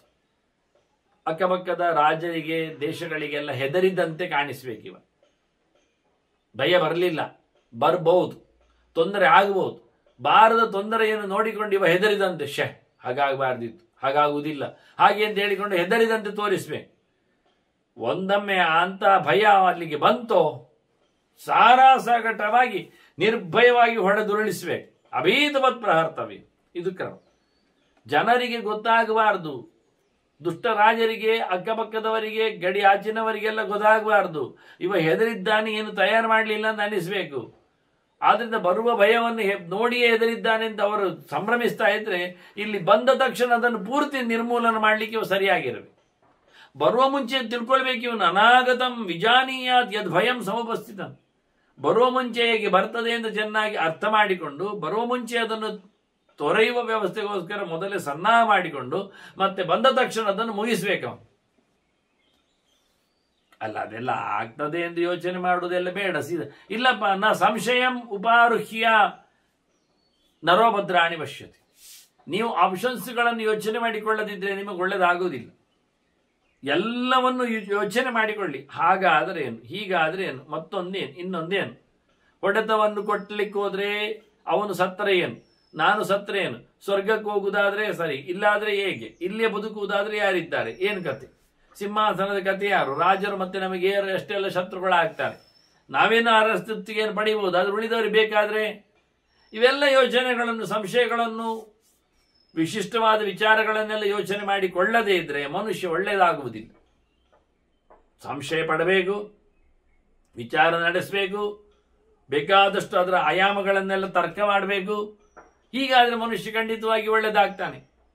ಸಂಶಯಂ ಪುನರಾರುಹ್ಯ, ಪ್ರಶ್ನೆ ಮೇಲೆ ಪ್ರಶ್ನೆ ಮಾಡುತ್ತಾ, ಜಿಜ್ಞಾಸೆ ಮೇಲೆ ಜಿಜ್ಞಾಸೆ ಇಡುತ್ತಾ, ಸರಿ ಗೊತ್ತಿದ್ರು ಅಲ್ಲದಿದ್ರೆ ಏನೇನತಕ್ಕಂತಹ ವಿಪರ್ಯಯವಾದ ಚಿಂತನೆ ಮಾಡುತ್ತಾನೆ ಮನುಷ್ಯ. ಯದಿ ಜೀವತಿ ಭದ್ರಾಣಿ ಪಶ್ಯತಿ. ಬದುಕಿದ್ರೆ ಖಂಡಿತ ಒಳ್ಳೆಯದನ್ನು ಪಡಿತಾನೆ. ಹೋರಾಟದ ಅಂಗಳದಲ್ಲಿ ಸಂಶಯವನ್ನು ಪಡೆಯದೆ ಸಿದ್ಧಾಂತ ನಡೆಸಿಯೇ ಹೋರಾಟ ಮಾಡಿಯೇ ಸತ್ತರೂ ಸ್ವರ್ಗವನ್ನು ಪಡಿತಾರೆ. ಬದುಕಿದರೆ ಇಲ್ಲೇ ಪಡಿತಾನೆ, ಸತ್ತರೆ ಅಲ್ಲಿ ಪಡಿತಾನೆ. ಆದ್ದರಿಂದ ಅದು ಖಂಡಿತವಾಗಿದೆ. ಹೀಗಾಗಿ ಮನುಷ್ಯ ಬಹಳ ಚೆನ್ನಾಗಿ ಭಯ ಇದ್ದರೂ ಭಯ ಇಲ್ಲದಂತೆ ಭಯದ ಬಗ್ಗೆ ಮೊದಲೇ ತಿಳ್ಕೊಂಡು ಪ್ರಜೆಗಳ ಕ್ಷೇಮಕ್ಕೋಸ್ಕರ ರಾಜ ದುಡಿಲೇಬೇಕು. ಪ್ರತ್ಯುಪಸ್ಥಿತ ಕಾಲಸ್ಯ ಸುಖಸ್ಯ ಪರಿವರ್ಜನಂ ಅನಾಗತ ಸುಖಾಶಾಚ ನೈಷ ಬುದ್ಧಿಮತಾನ್ವಯ. ಈಗ ಇರುವ ಸನ್ನಿವೇಶವನ್ನು ನೆನಪಿಸಿಕೊಂಡು ಅದಕ್ಕೆ ಅನುಗುಣವಾಗಿ ಕ್ರಿಯೆ ಮಾಡಿದರೆ ಅವನಿಗೆ ಲಾಭ ಆಗ್ತದೆ, ಸುಖ ಆಗ್ತದೆ. ಅದು ಬಿಟ್ಟವ ಈಗ ಬರ್ತದೆ, ನಾಳೆ ಸುಖ ಆಗ್ತದೆ, ಹಾಗೆ ಮಾಡ್ಲಿಕ್ಕೊಂಡು ಹೀಗೆ ಮಾಡ್ಲಿಕ್ಕೊಂಡು ಪ್ರಾಜೆಕ್ಟ್ಗಳ ಬಗ್ಗೆ ತಲೆಯಲ್ಲಿ ಓಡಿಸ್ತಾ ನಾಳೆ ಆಗುವ ಸುಖದ ಬಗ್ಗೆ ಯೋಚನೆ ಮಾಡಿದರೆ ಅವನು ನಿಜವಾಗಿ ಒಳ್ಳೆ ವ್ಯಕ್ತಿ ಅಲ್ಲ. ಒಳ್ಳೆ ಗಟ್ಟಿಗ ಮನುಷ್ಯ, ಬುದ್ಧಿಮಂತ ಏನ್ ಮಾಡ್ತಾನೆ, ಈಗ ಇರತಕ್ಕ ಸುಖವನ್ನು ತಾನು ಕ್ಯಾಶ್ ಮಾಡ್ತಾನೆ, ಅದನ್ನು ಬಿಟ್ಟಾಗುವುದಿಲ್ಲ. ಈಗಿನ ಸುಖವನ್ನು ಪರಿತ್ಯಾಗ ಮಾಡುವುದು, ನಾಳೆಯ ಸುಖಕ್ಕೋಸ್ಕರ ಹಂಬಲಿಸುವುದು, ಇದು ಎಲ್ಲಿಯ ಕತೆ ಅಂತಾನೆ. ಇದಕ್ಕೆ ಮೀಮಾಂಸಕರಲ್ಲಿ ಒಂದು ನ್ಯಾಯ ಇತ್ತು. ವರಮಧ್ಯ ಕಪೋತಃ ಶ್ವ ಮಯೂರಾತು ಅಂತ. ತಿನ್ಲಿಕ್ಕೆ ಹೋದವನಿಗೆ ಬಲೆಯನ್ನು ಬೀಸಿದಾಗ ಅವನಿಗೆ ಪಾರಿವಾಳ ಸಿಕ್ಕಿತು. ಇದು ಅವನಿಗೆ ನಾಳೆಯ ಊಟಕ್ಕೆ, ಇವತ್ತೆಲ್ಲ ತಿಂದೇ ಬಂದಿದ್ದಾನೆ. ಇದು ಪಾರಿವಾಳ ಯಾರಿಗೆ ಬೇಕು ಮಾರೆ, ನಂಗೆ ನಾಳೆ ನವಿಲೆ ಸಿಗ್ತದೆ, ಇದು ಹೋಗ್ಲಿ ಅಂತ ಬಿಟ್ರೆ ನಾಳೆ ನವಿಲು ಸಿಗದಿದ್ರೆ ಏನ್ ಮಾಡ್ತಾನವ ಊಟಕ್ಕೆ. ಆದ್ರಿಂದ ಏನು ನ್ಯಾಯ ಮಾಡಿದ್ರು, ವರಮಧ್ಯ ಕಪೋತಃ ಶ್ವ ಮಯೂರಾತ್. ನಾಳೆ ನವಿಲು ಸಿಗುವುದಾಗಿದ್ದರೂ ಸಿಗಲೇ ಇರದೇ ಇರೋದ್ರಿಂದ, ನಾಳೆ ದಿನ ನಾಳೆ ಆಗುವುದರಿಂದ ಇವತ್ತೇನು ಸಿಕ್ಕಿದ್ದು ನಮಗೆ ಮಯೂರ, ಇದು ಕಪೋತ ಪಾರಿವಾಳ, ಅದೇ ಸಾಕು ಅಂತ. ಹಾಗಾಗಿ ಇವತ್ತು ಸಿಕ್ಕಿದ ಸುಖದಲ್ಲಿ ಸಂತೋಷ ಪಡ್ಲಿಕ್ಕೆ, ಸಂಭ್ರಮಿಸಲಿಕ್ಕೆ ನೋಡು. ನಾಳೆ ಸುಖ ಆಗ್ತದೆ ಅಂತೇಳಿ ಭ್ರಮಿಸಿಕೊಂಡು ನಾಳೆ ಬಂದಾಗ ಸಿಗದೇ ಇದ್ದು ಡೆಸ್ಪೆರೇಟ್ ಆಗಿ ರಾಜ ಸೋಲಿಕ್ಕೆ ಹೋಗುವ. ಆದ್ರಿಂದ ಒಳ್ಳೆ ಬುದ್ಧಿವಂತ ಆಗಿ ನಾಗಿನ ಸುಖವನ್ನು ಕ್ಯಾಶ್ ಮಾಡಿಕೊಳ್ತಾನೆ, ಸಂಭ್ರಮಿಸ್ತಾನೆ. ನಾಳೆ ನಿನ್ನೆ ಕಥೆಯಲ್ಲಿ ಇಲ್ಲವ. ಸಾ ಸಂಧಾಯ ವಿಶ್ವಸ್ತಃ ಸ್ವಪತೆ ಸುಖಂ ಯಹ ಅರಿಣ ಯೋರಿಣ. ಶತ್ರುವಿನ ಜೊತೆಯಲ್ಲಿ ಸಂಧಾನ ಮಾಡು. ಸಂಧಾನ ಮಾಡಿದ ನಂತರ ಗಮ್ಮತ್ನಲ್ಲಿ ಅವನು ನನ್ನ ಹತ್ರ ಸಂಧಿ ಮಾಡಿಕೊಂಡಿದ್ದಾನೆ, ಒಳ್ಳೆಯವನಿದ್ದಾನೆ ಹೇಳು, ಗಮ್ಮತ್ನಲ್ಲಿ ವಿಶ್ವಾಸ ಪಡೆದು ನಂಬಿ ಕೂತ್ಕೊಳ್ಳುದು. ಏನಾಗ್ತದೆ? ಏನಾಗುವುದಿಲ್ಲ. ಅವನು ಸವೃಕ್ಷಾಗ್ರೆ ಪ್ರಸುಪ್ತೋವ. ಮರದ ತುದಿಯಲ್ಲಿ ಮಲಗಿದವನಿಗೆ ಹೇಗಾಗ್ತದೆ, ಆಗ ಏನಾಗ್ತದೆ? ಮರದ ತುದಿಯಲ್ಲಿ ಮಲಗಿದವನಿಗೆ ನಿದ್ದೆ ಮಂಪರಿನಲ್ಲಿ ಪತಿತಃ ಪ್ರತಿಬುದ್ಧಿದೆ. ಬಡಮ್ಮ ಕೆಳಗೆ ಬಿದ್ದಾಗ ಎಚ್ಚರ ಆದಾಗ ಕೆಳಗಿದ್ದಾನ, ಮಂಡೆ ಪೆಟ್ಟು ತಿಂದಿದ್ದಾನೆ, ಬೆನ್ನು ಮುರಿಸಿಕೊಳ್ತಿರ್ತಾನೆ. ಹಾಗೆ ಮರದ ತುದಿಯಲ್ಲಿ ಮಲಗಿದವ ಹೇಗೋ ಹಾಗೆ ಶತ್ರುವಿನ ಜೊತೆಯಲ್ಲಿ ಸಂಧಿ ಮಾಡಿಕೊಂಡವ ಅವನ ಯೋಚನೆ ಇಲ್ಲದೆ ಆರಾಮವಾಗಿ ಇರ್ಲಿಕ್ಕೆ ಹೋದವ. ಅವನ ಮೇಲೆ ವಿಶ್ವಾಸ ಆಗಿರ್ತಾನ, ಇದ್ದರೆ ಮರದ ಮೇಲೆ ಬಿದ್ದವನ ಹಾಗೆ ಆಗ್ತದೆ. ಒಂದಲ್ಲ ಒಂದು ದಿನ ಶತ್ರು ಹೇಗೆ ಸಿಕ್ಕಿ ಸಾಯ್ತಾನೆ. ಆದ್ರಿಂದ ಏನು ಮಾಡಲಿಕ್ಕೆ ಮನುಷ್ಯ ಬದುಕಿದ್ದಾಗ ತೊಂದರೆಗೆ ಬಿದ್ದಾಗ ಏನಾದರೂ ಕೆಲಸ ಮಾಡಿ ತನ್ನನ್ನು ತಾನು ಉದ್ಧಾರ ಮಾಡಿಕೊಳ್ಬೇಕು. ಕರ್ಮಣ ಏನಕ್ಕೇನೇಹ ಮೃದುನ ಅಥವಾ ಗಟ್ಟಿಯಾದದ್ದು, ಬಹಳ ಜೋರಾದದ್ದು, ದಾರುಣೇನ. ಯಾವುದೇ ಕೆಲಸ ಮಾಡು, ಘೋರವಾದದ್ದಾಗಲಿ, ಮೃದುವಾದದ್ದಾಗಲಿ, ಕಠೋರವಾದದ್ದಾಗಲಿ, ತೀಕ್ಷ್ಣವಾದದ್ದಾಗಲಿ, ಕ್ರೂರವಾದ ಏನೇ ಆಗಲಿ, ಎಂತಾದರೂ ಕೆಲಸ ಮಾಡಿಕೊಂಡು ಉದ್ಧರೇದ್ ಆತ್ಮಾನಂ, ಉದ್ಧರೇದ್ ದೀನಮಾತ್ಮಾನಂ, ತೊಂದರೆಗೆ ಬಿದ್ದ ಕಷ್ಟದಲ್ಲಿರುವ ತನ್ನನ್ನು ತಾನು ಉದ್ಧಾರ ಮಾಡಿಕೊಳ್ಳಬೇಕು. ಎಂಥ ಕೆಲಸ ಆದರೂ ಮಾಡಿಕೊಳ್ಳಬೇಕು. ಎಂಥ ಕೆಲಸ ಆದರೂ ತೊಂದರೆ ಇಲ್ಲ, ಹಾಳು ಕೆಲಸದಲ್ಲಿ ಆದರೂ ತನ್ನ ಉದ್ಧಾರ ಆಗಲಿ. ಈಗ ಹಸಿವೆ ಆಗ್ತದೆ, ಬಿದ್ದುಕೊಳ್ತಾ ಇದ್ದೇನೆ ಹೇಳಿದರೆ ಎಂತಾದ್ರೂ ತಿನ್ನು ಮಾರೆ, ಕೊನೆಗೆ ಕದ್ದಾದ್ರೂ ತಿನ್ನು, ಆನಂತರ ನಾಳೆ ಕದಿತಾ ಕೂತ್ಕೊಳ್ಬೇಡ. ಸಮರ್ಥ ಧರ್ಮವಾಚರೇತ್, ನೀನು ಗಟ್ಟಿಗನಾದ ನಂತರ ಹಾಳು ಕೆಲಸ ಮಾಡುವುದಲ್ಲ, ಕಮ್ಮಿ ಕೆಲಸ ಮಾಡುವುದಲ್ಲ, ಕಠೋರ ಕೆಲಸ ಮಾಡುವುದಲ್ಲ, ಮತ್ತೆ ಒಳ್ಳೆ ರೀತಿಯಿಂದ ಧರ್ಮ ಕೆಲಸ ಮಾಡಿ. ಸಮರ್ಥನಾದ ನಂತರ ಧರ್ಮವನ್ನೇ ನಡೆಸಬೇಕು. ಅಂದ್ರೆ ಈಗ ನಾವು ಆರೋಗ್ಯದಲ್ಲಿ ಇದ್ದೇವೆ ಅಂದರೆ ಬೆಳಿಗ್ಗೆ ಬೇಗ ಹೇಳಬೇಕು, 3 ಹೊತ್ತಿನ ಸಂಧ್ಯಾವನೆಯಲ್ಲಿ ಕೂತ್ಕೊಳ್ಬೇಕು. ಒಂದೊಮ್ಮೆ ನಮಗೆ ರೋಗ ಉಂಟು ಅಂತಾದರೆ, ಕೈಕಾಲು ಸುಖ ಇಲ್ಲ ಅಂತಾದರೆ, ಯಾವ ರೀತಿಯಲ್ಲಿ ಆದರೂ ಸಣ್ಣ ಪುಟ್ಟ ಕೆಲಸ ಮಾಡಿ ಆದರೂ ಆ ಕೆಲಸವನ್ನು ಮುಗಿಸುವುದು. ಯಾವತ್ತೂ ಅದೇ ಅಭ್ಯಾಸ ಆಗಬಾರ್ದು. ಮೊನ್ನೆ ನಾನು ದಾರಿಯಲ್ಲಿದ್ದಾಗ ಮಾರೆ ಯಾರೋ ಒಬ್ಬರ ಮನೆ ಇದ್ದೆ ಕೊಟ್ಟದ್ದು ತಿಂದದ್ದು, ಮತ್ತೆ ಈಗ ಯಾರದ್ದು ಆಗ್ತದೆ, ಯಾಕೆ ಮನೆ ತಿಂದಿದ್ದೇನಲ್ಲ. ಮೊನ್ನೆ ದಾರಿಯಲ್ಲಿದ್ದಾಗ ಪತಿಶೂದ್ರವತಾಚರೇತ ಅಂತ ಧರ್ಮ ಬೇರೆ ಇದೆ, ಈಗ ನೀನು ಸಮರ್ಥನೆ ಇತ್ತು. ಆದ್ರಿಂದ ಹೋದಲ್ಲಿ ಎಲ್ಲ ನನಗೆ ಟ್ಯಾಂಕಿ ನೀರೇ ಸಿಗುವುದು, ಹೋದಲ್ಲಿ ಎಲ್ಲ ನನಗೆ ಮಿಕ್ಸಿ ಊಟವೇ ಸಿಗ್ತದೆ, ಹೋದಲ್ಲಿ ಎಲ್ಲ ನನಗೆ ಬೇಕರಿ ಪದಾರ್ಥಗಳೇ ತಿನ್ನಲಿಕ್ಕೆ, ಹಾಗಾಗಿ ಮನೆಯಲ್ಲದೆ ಮಾಡ್ತೇನೆ, ಅದು ತಪ್ಪು. ಕ್ಷೇತ್ರದಲ್ಲಿ, ಮನೆಯಲ್ಲಿ, ಮಂದಿರದಲ್ಲಿ ನಾವು ಮಾಡುವಾಗ, ದೇವರ ಸನ್ನಿಹದಲ್ಲಿ ಮಾಡುವಾಗ, ಇಲ್ಲಿ ಬಾವಿ ಇದ್ದರೆ ಬಾವಿಯನ್ನು ಉಪಯೋಗಿಸಿ, ಇಲ್ಲಿ ಅರಿಯುವುದಾದ್ರೆ ಅರಿದುಕೊಂಡೇ ಊಟ ಮಾಡಿ, ಇಲ್ಲಿ ನೀವು ಮಾಡಿ ತಿನ್ಲಿಕ್ಕಾದ್ರೆ ಮಾಡಿ ತಿನ್ಲಿಕ್ಕೆ ಆಗುದು ಅದನ್ನೇ ಮಾಡಿ. ಸಮರ್ಥ ಧರ್ಮಮಾಚರಿ, ಇಷ್ಟೊಂದು ಗ್ಯಾರಂಟಿ. ನೀನು ಯೋಗ್ಯನಿದ್ದೀಯ, ಧರ್ಮದಲ್ಲಿ ಮೋಸ ಮಾಡಬೇಡ. ನೀನು ಯೋಗ್ಯನಾಗಿ ಇಲ್ಲದಿದ್ದರೆ ಶಾರೀರಿಕವಾಗಿ ಮಾನಸಿಕವಾಗಿ ಆದರೆ ಏನು ಬೇಕಾದ ಮಾಡಿ.